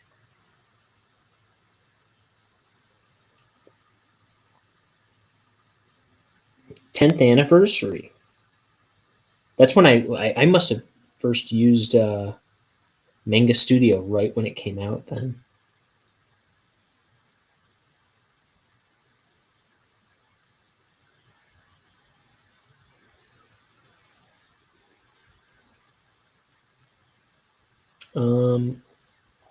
Buy now. I'm seeing what it says. So yeah, Clip Studio Paint Pro is $40, or I'm sorry, $50, and Clip Studio Paint EX, all pro features plus advanced manga, comic, webtoon, and animation features. That is a one-time purchase of $219.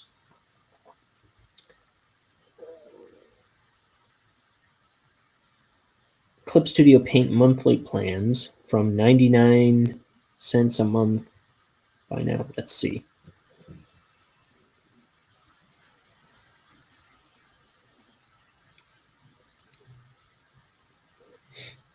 Oh, okay. So you can do a paint. There's a monthly plan of $449 for Pro. It looks like. Oh no! I think no EX. Let's see. For the EX one, the higher end one, it's $8.99 a month, or for the year $71.99, which is not bad compared to what I've been paying for Animate. I got to do something about this. Needing to make a whiz. So I'm going to. I don't know. I don't want to play the what do you call them? Jordan Peterson thing that I made again. I gotta make new stuff. I'm just. I'll be back.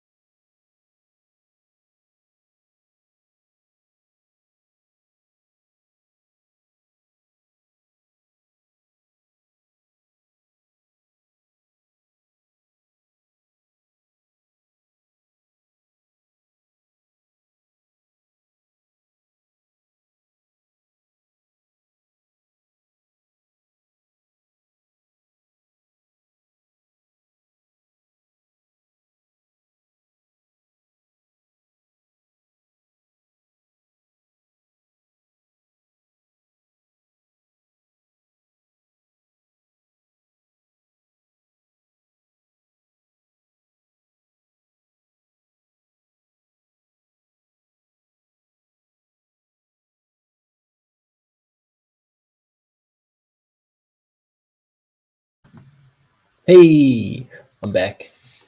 Refreshed. Um,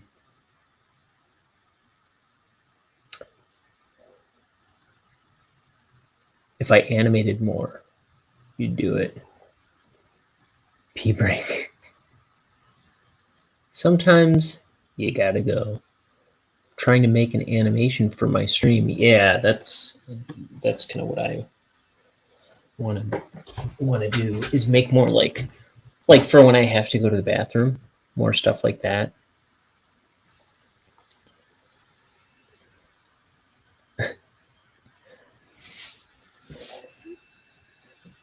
Like little.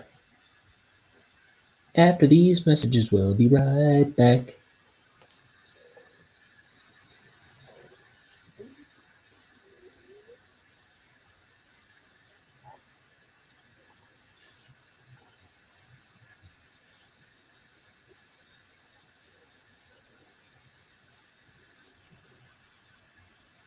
Little loading screen.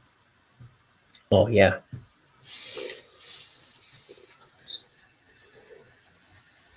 Oh, and instead of saying loading, it'll be like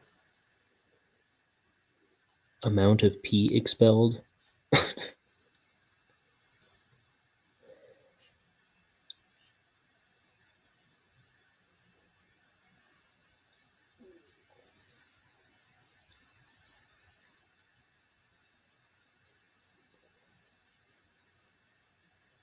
Did you see the little thing I had earlier with the vampire kid? I did this one earlier in the stream.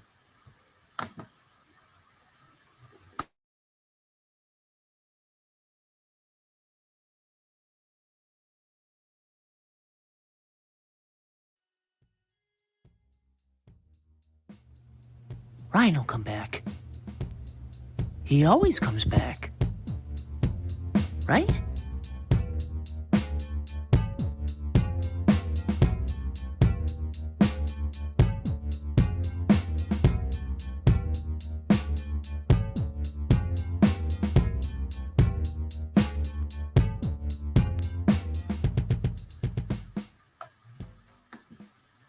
Yeah, I played that earlier.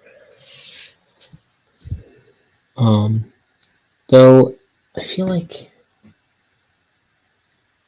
the first part of what he says didn't seem to have all the frames there or something. I don't know. Maybe it was just kind of glitchy in the playback or something.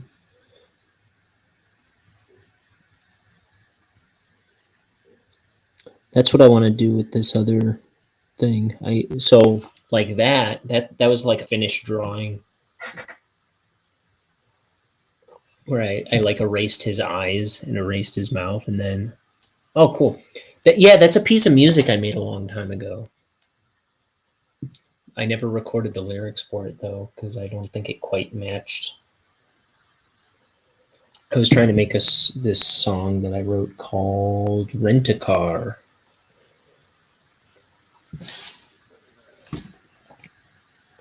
I used to I'm no musician, but I always want to do everything I like. So me and a brother of mine was my brother was helping me make music because I wanted to put an album together, and I never finished it. I still want to make that album though, so I might do that sometime. But I have a bunch of little songs and demos that I've made, even though I don't know how to play anything.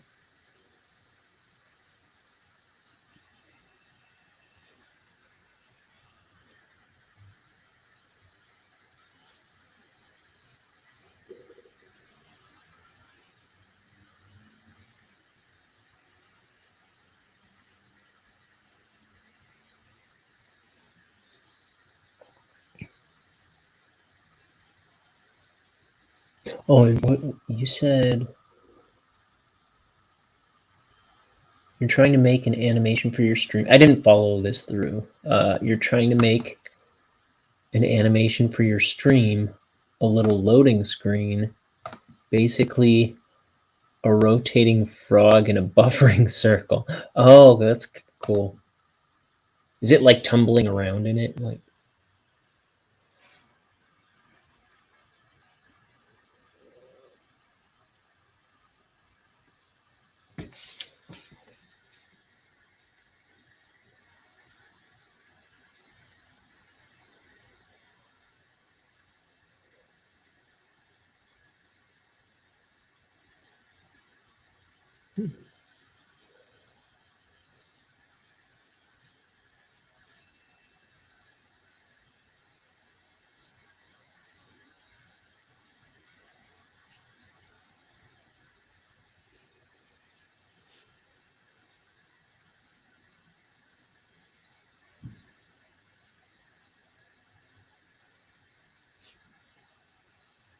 at the moment, it's not doing anything.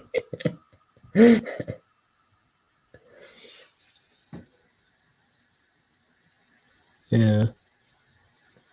I was trying to do this animation of monkeys a while back for something for my brother. And I had this image of a monkey sitting on the ground, but spinning around as it came toward the camera. Like not the like the monkey wasn't doing anything, but like the camera rotates around. Like I think there's something like it in the opening for Billy and Mandy, where he's sitting on the ground just still, but the camera like rotates around as it zooms in on him. It like goes from the back to the front or something like that. I forget. It's like almost exactly what I was picturing. I was trying to animate that and could not figure out how to do it.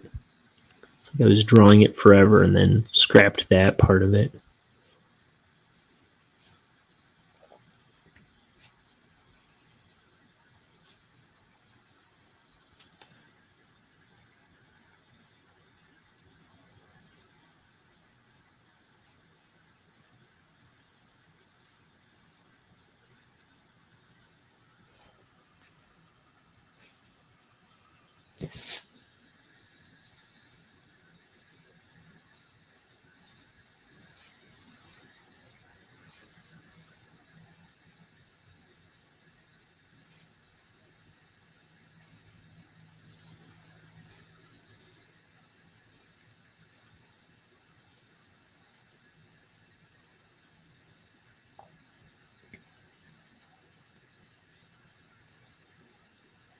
Do you have any animation posted anywhere, or even anything you'd want people to check out? Anything to share? Are you trying to make content anywhere? Oh, let me see. You said, have I ever seen the music video for one of the Gorillaz songs, Machine album songs? I'd love to do something like that. I was just thinking, I don't know anything by the Gorillaz besides outside of Demon Days and the album that has Clint Eastwood, which I can't think of what that's called now. I only have Demon Days. Got an Instagram. I love I love all the music videos for the Gorillaz that I've seen, which are mostly from whatever they had like 10, 12 years ago, probably.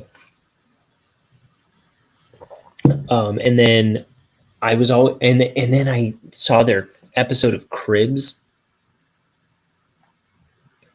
and it was like they were animated, and it was taking us through their place on Cribs. And then I was like, oh, that's it. I can't Google this band. I can't look them up on Wikipedia because I really like the fact that it's a cartoon band and they take it kind of seriously. I don't want to find out about the real band or anything. You know what I mean? I don't want to spoil the illusion. So I'm always afraid to like dig too deep on the Gorillaz.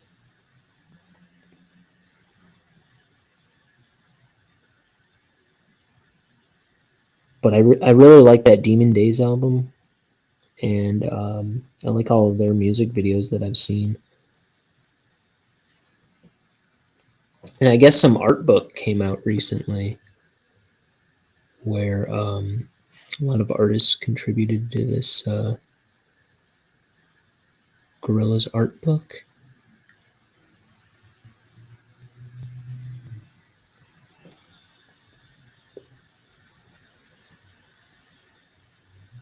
Oh, but what's your Instagram?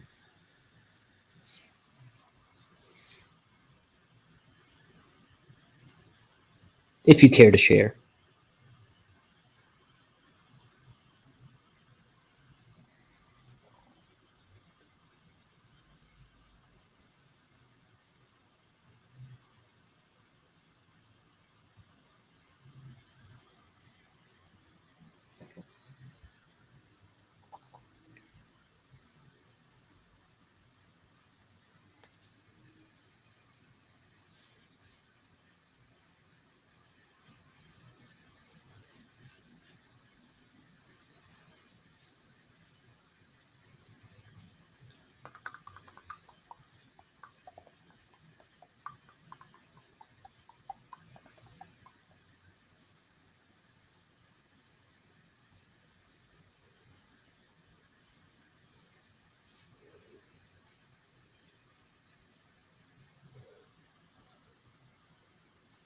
Let's see.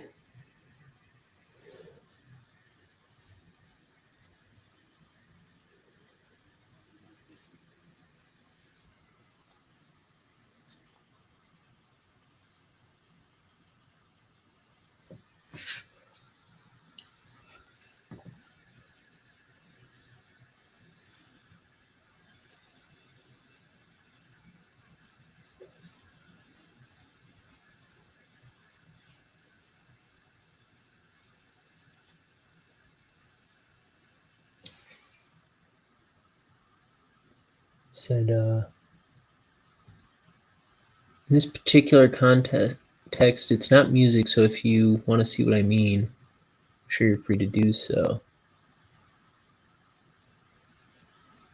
They're like side stories for the characters. See, that's so cool.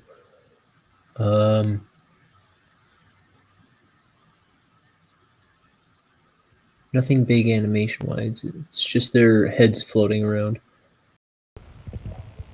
Hi, I'm Ryan O'Connor from Ink the Book Show. You may know me better as that guy from Ink the Book Show. The following scene has been edited for your protection. Please enjoy the following display.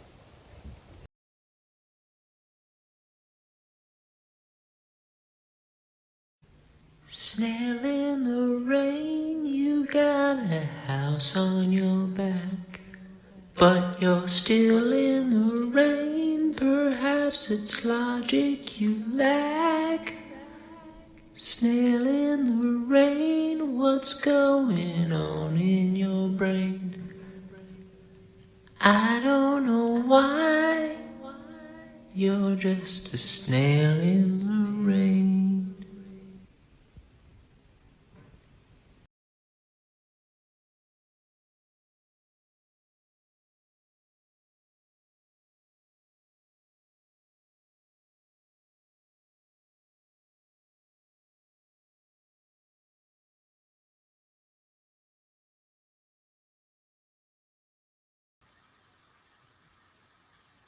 Halfway through that, I was like, wait a minute, didn't he say it was a song?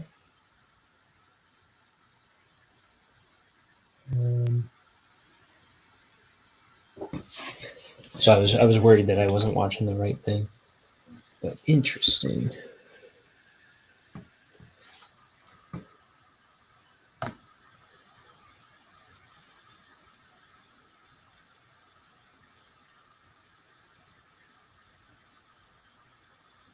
Yeah, that's like nice and simple, and that's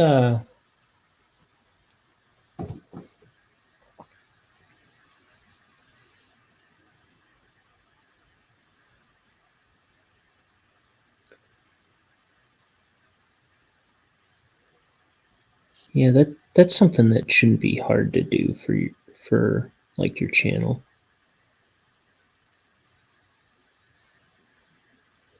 See, that's something you could do in After Effects pretty easily. Probably Clip Studio as well.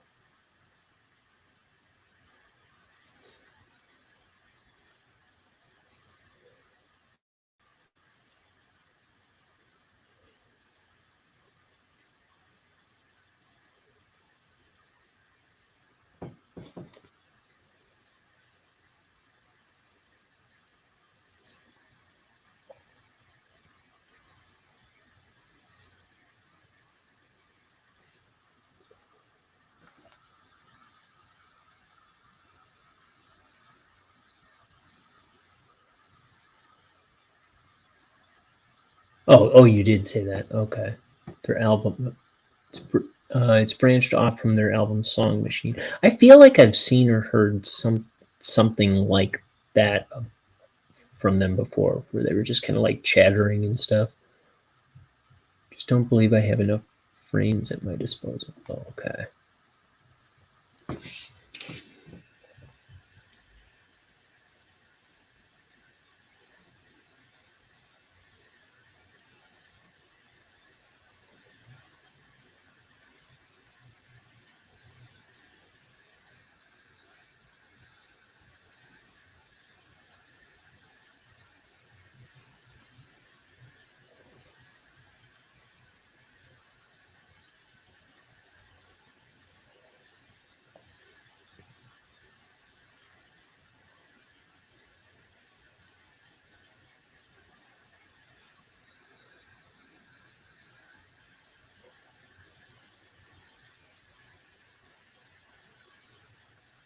He's getting smacked across the face.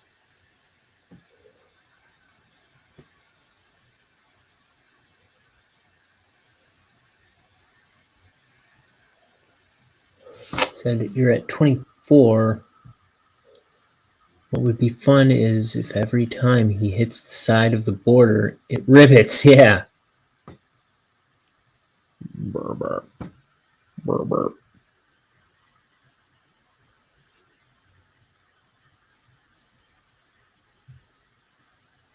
Burr, burr.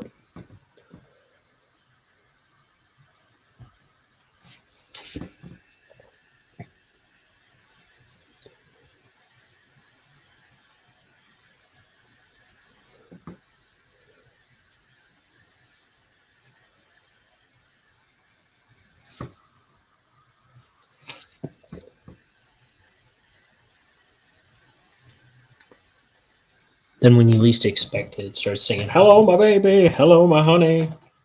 No, just kidding.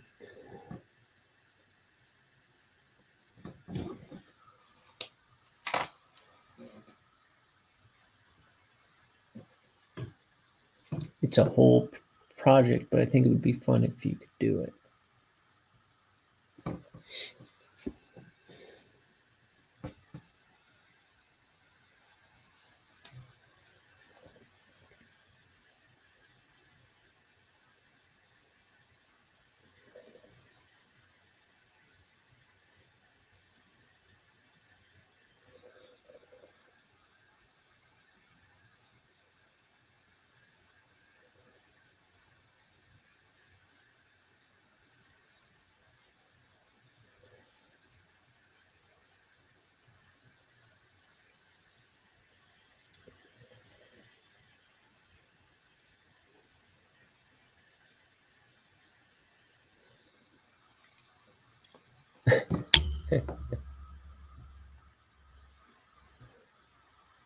why the kid gets smacked.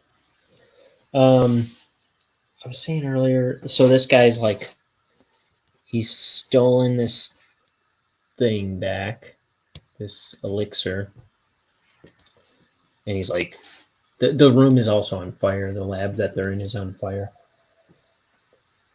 He's like, all right, I'm out. And then this guy's like, I'm not going to let you get away with it. And he bends down. He's like, psst, I already have. And then he smacks him.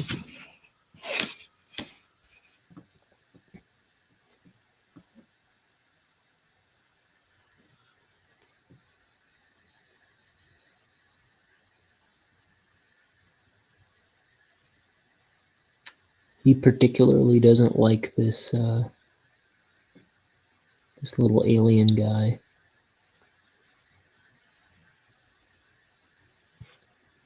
What it is he's stolen this substance from his planet, which is kind of wrecking things on his home planet. And he's trying to get it back. And he kind of keeps getting in this guy's way, because he's got other plans for it.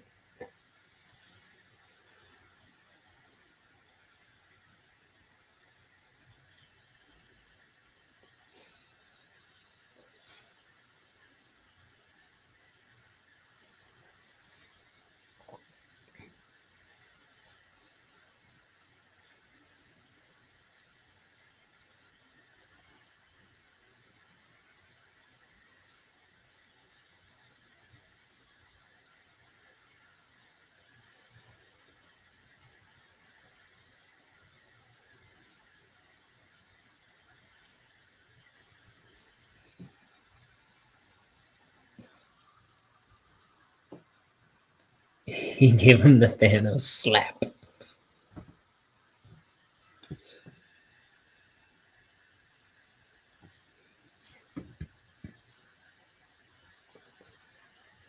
Is Thanos the one that has the big glove? The big power glove or whatever? Does he slap people with the big glove?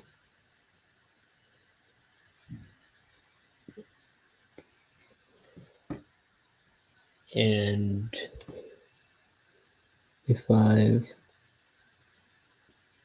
terribly exposed my ignorance, my bad.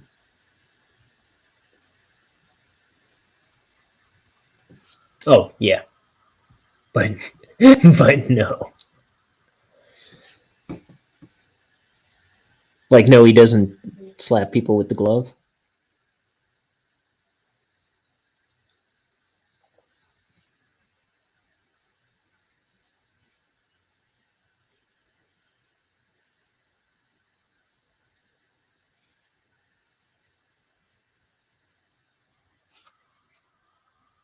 It's more of a term for high tier power. Oh, okay.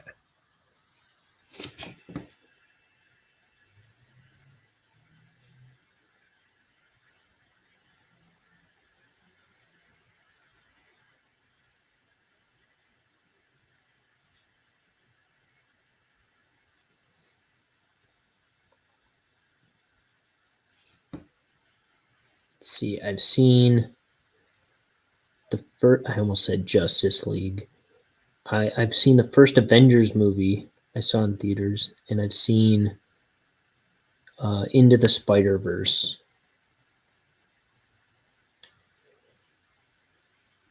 And those are the only in the Marvel movies that I've seen.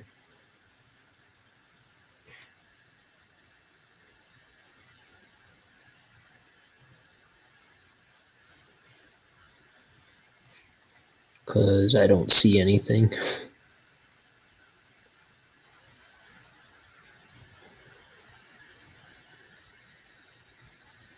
Not like consciously. I don't make an effort to not see anything. It just kind of never. I tend to not be interested in most things, most movies.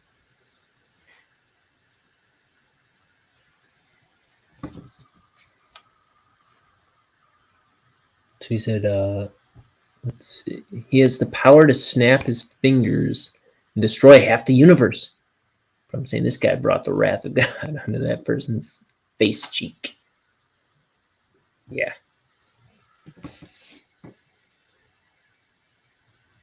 He's trying to leave them to die.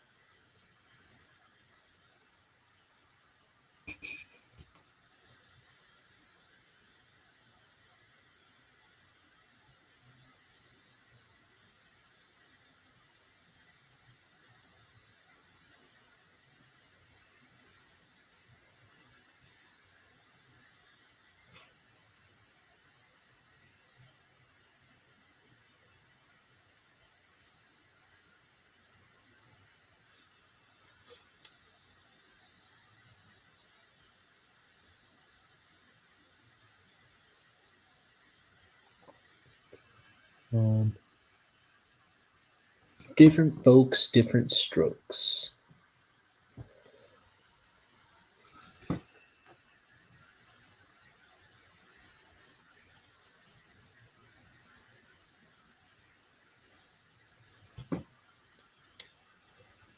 Yeah.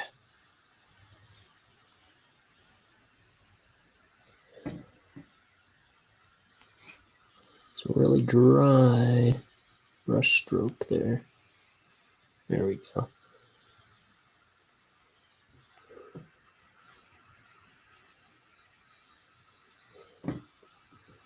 And Billy, this alien guy, he kind of starts out as a bad guy in this book. And then he kind of becomes someone we're sympathetic to.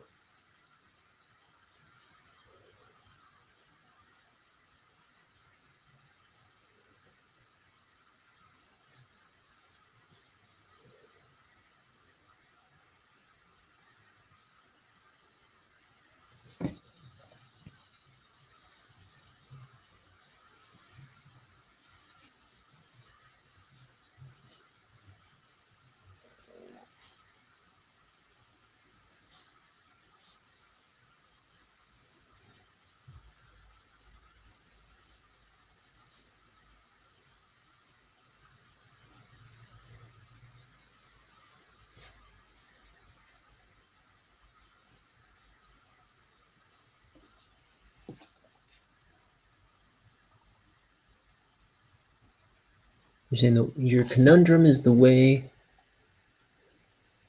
I have it figured is all I need. There is, I'll need at least double the 24 amount to get this done. Let me think.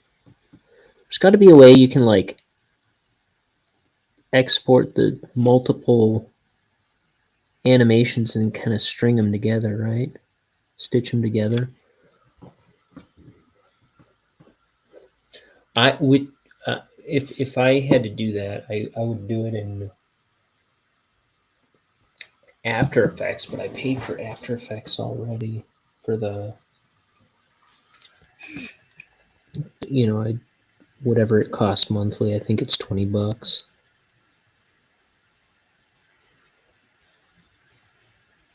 I'm trying to think though.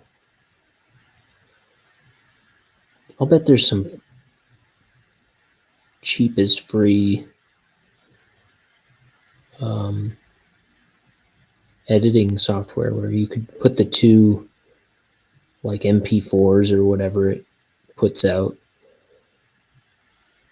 and just put them side by side into one seamless animation.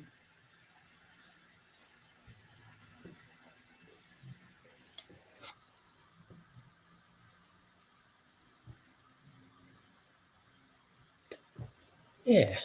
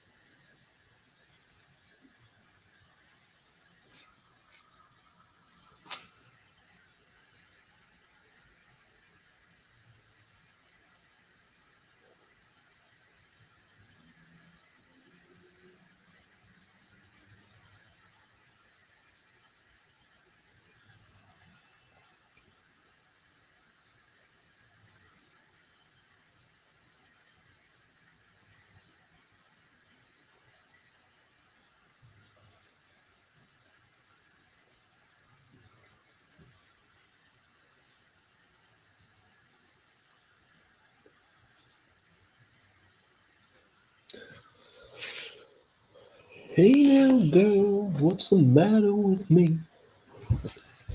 So I posted this trippy thing with a bunch of Bonehead panels as a reel on Instagram and on TikTok today. And I used a Beck song in it. I was originally looking for the song Rental Car, which is funny because I was talking about a song that I made called Rent a Car earlier.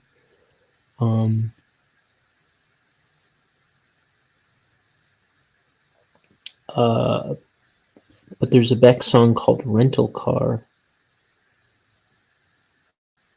that I was trying to use in that reel originally,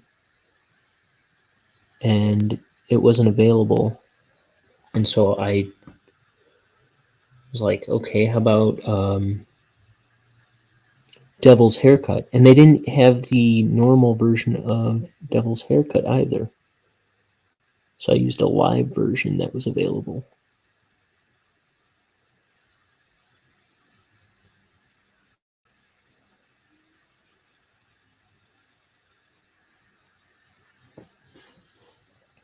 And it actually probably worked better than the other song I was trying to use anyway.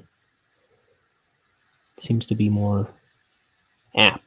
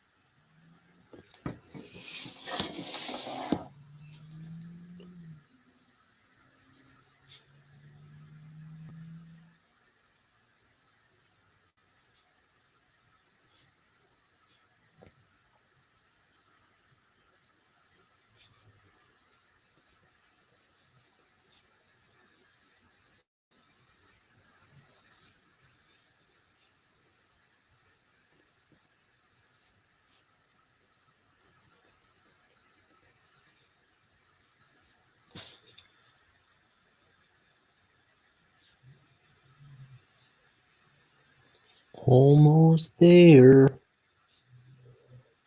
Now here I might run into trouble when I'm trying to like get this printed, because I have his hand like extending way off to the edge of the page. If I print it, this is probably going to get cut off. Like outside this solid line, I think I run into the issue of it not It might get cut off in the printing. So I might have to finagle that if I want the whole hand to be on the page.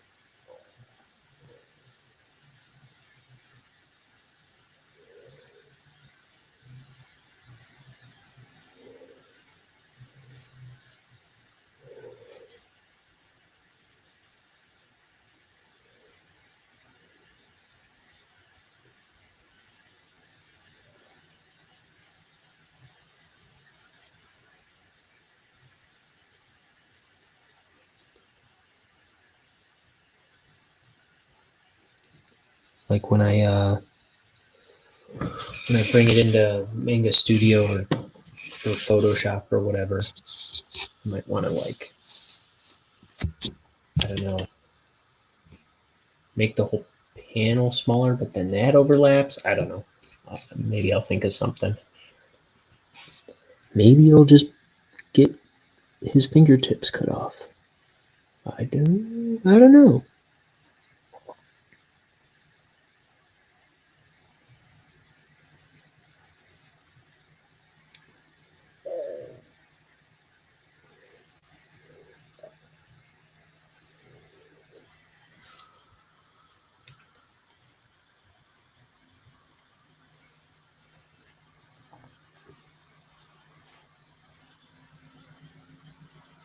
And then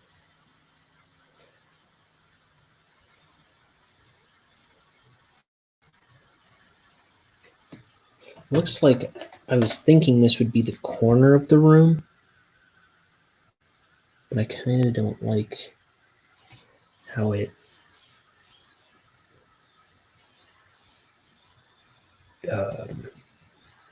conflicts with this schmack stuff.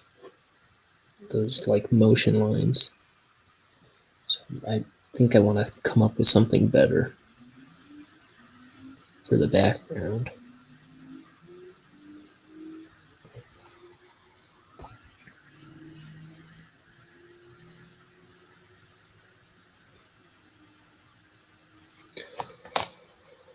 Oh, the last thing on the page, and I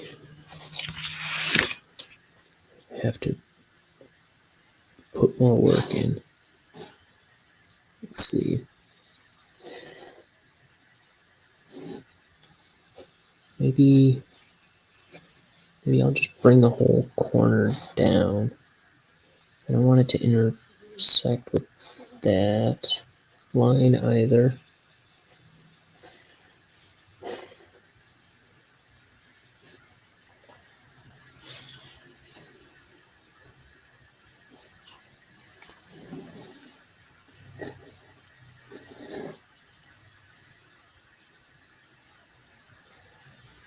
I think that works for me. Put this all to black. I think that's what I'm gonna do.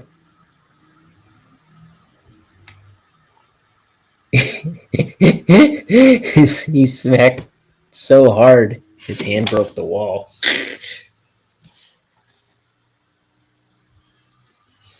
Oh, I didn't mean to do this. I left a little opening here.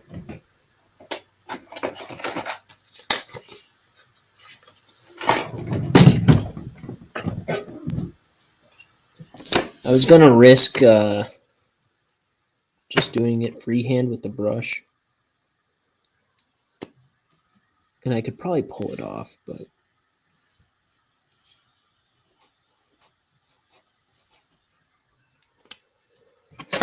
just in case I did it with the pen. I just keep my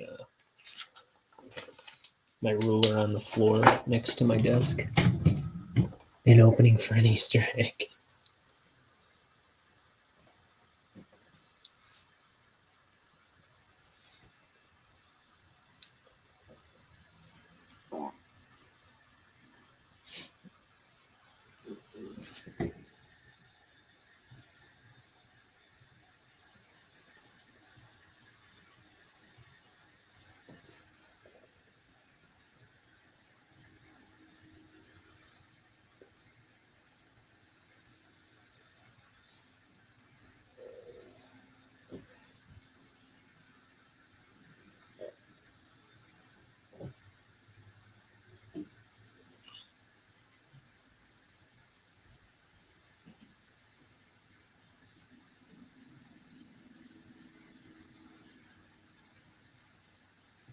Okay.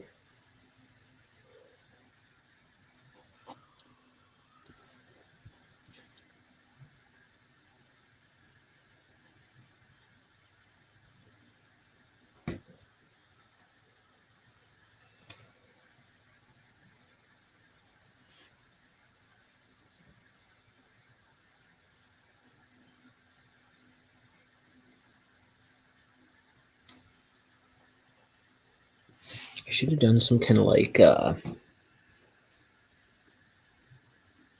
Moon Valley / My Neighbor is a Psychopath Easter egg in this book. That's the comic I started before this one, and then I abandoned. That one I was doing in Manga Studio, which turned into Clip Studio Paint. Maybe I'll show off some pages of that comic one of these days. That's something I could do on here.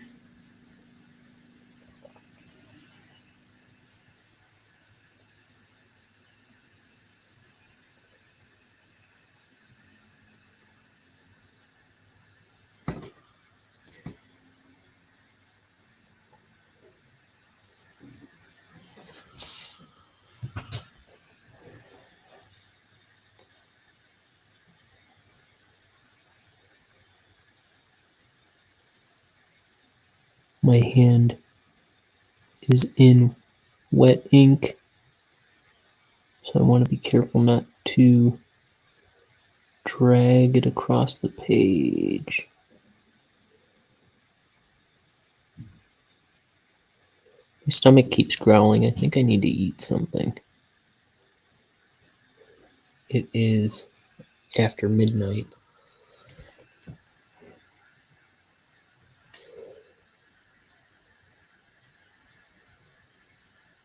Oh, I gotta move my car into my driveway, or I'm gonna be in trouble.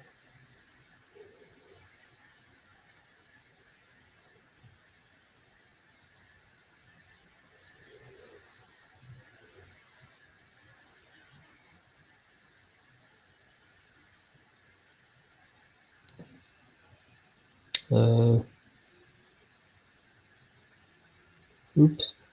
I think I filled in something I was supposed to leave white.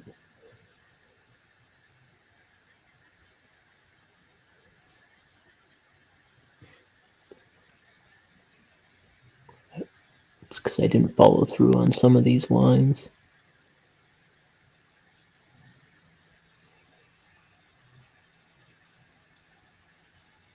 Said, so maybe the frog.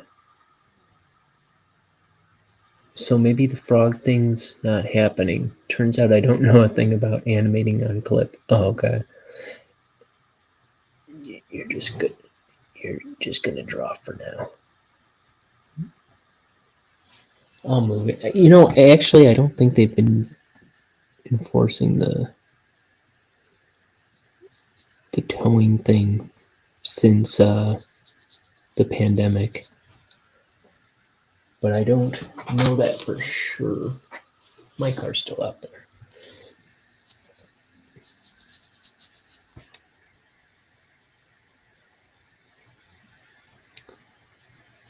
I think I gotta be in by, if they were enforcing it, I think I gotta be in the driveway by 1.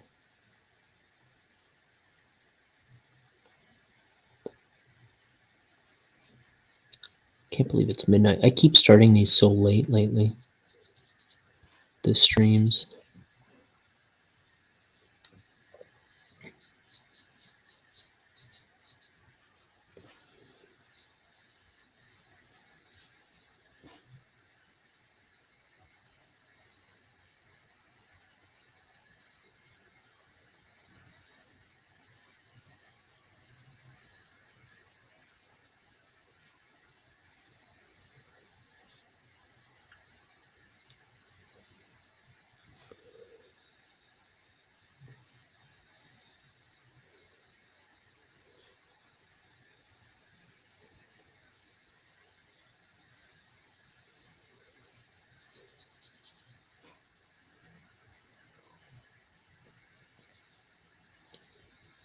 After I finish this wall, I'm done for the day. At least with this page.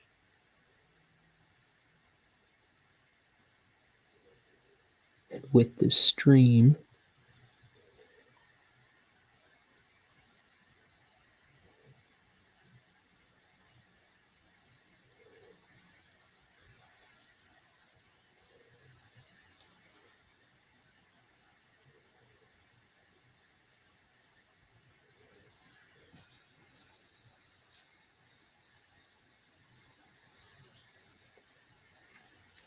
And then I should be back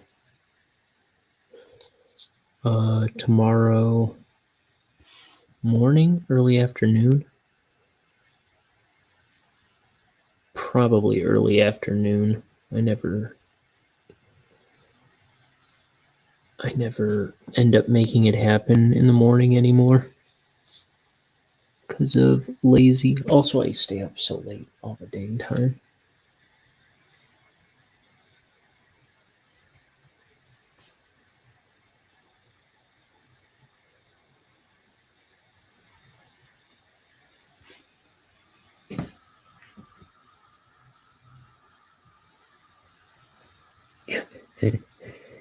Tell them Joe's giving you a metaphorical parking pass. That's just crazy enough to work.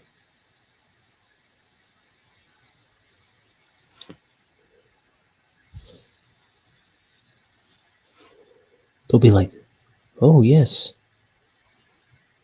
Oh, you didn't say you knew Joe. Mo-fucking right I do.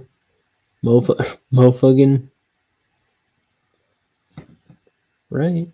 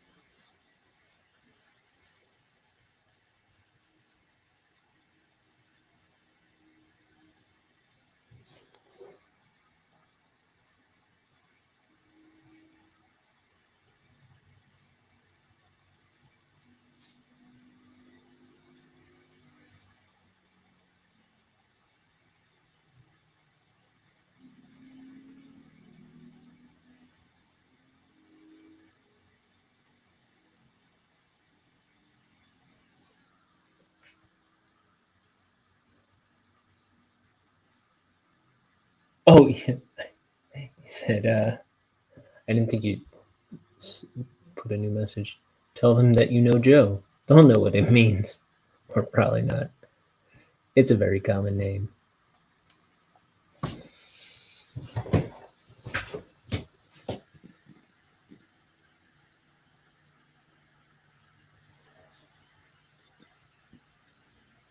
I feel like I don't currently know any Joes. I know one Joe. I do.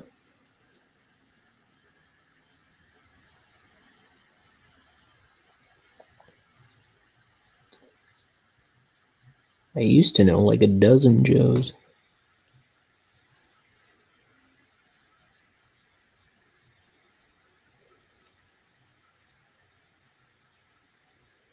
Where have all the Joes gone?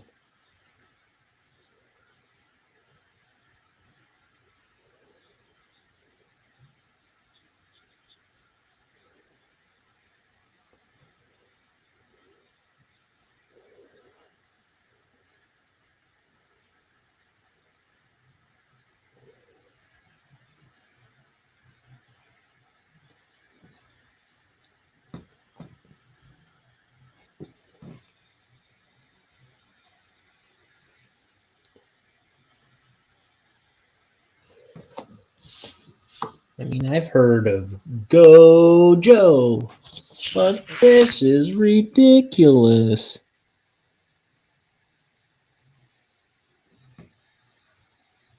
He said, in 16 days, you might change your name again. Do you change your name all the time? What's your name? I mean, not what's your name. I don't know what I meant to ask, but you change your name all the time on here? How will I know? When you...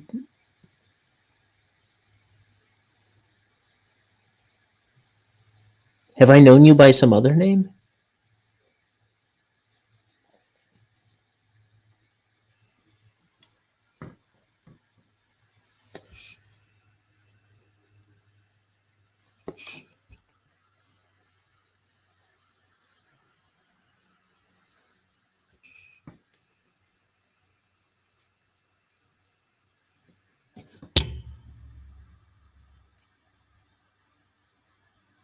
Your name is Joe.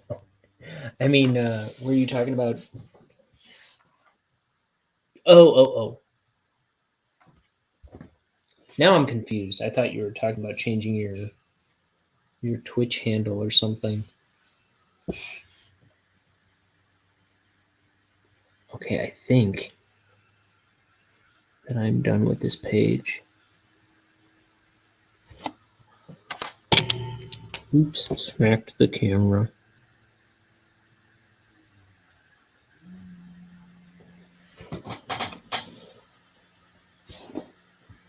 All right.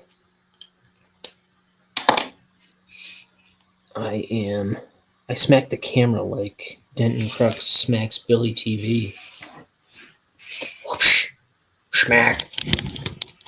Well, this has been another very special edition of Ink the Book Show, wherein I inked this page.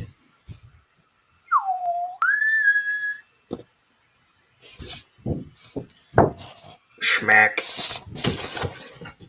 I'm gonna go move my car. You'll let me in on a secret. Your real name is, drumroll, that's weird. No, I'm just kidding. Joel. You sneaky son of a gun. It has been fun. I'm trying to drink more tea out of an empty mug. Well, this has been Ink the Book Show. Thanks for hanging out, Joel, whatever your real name is.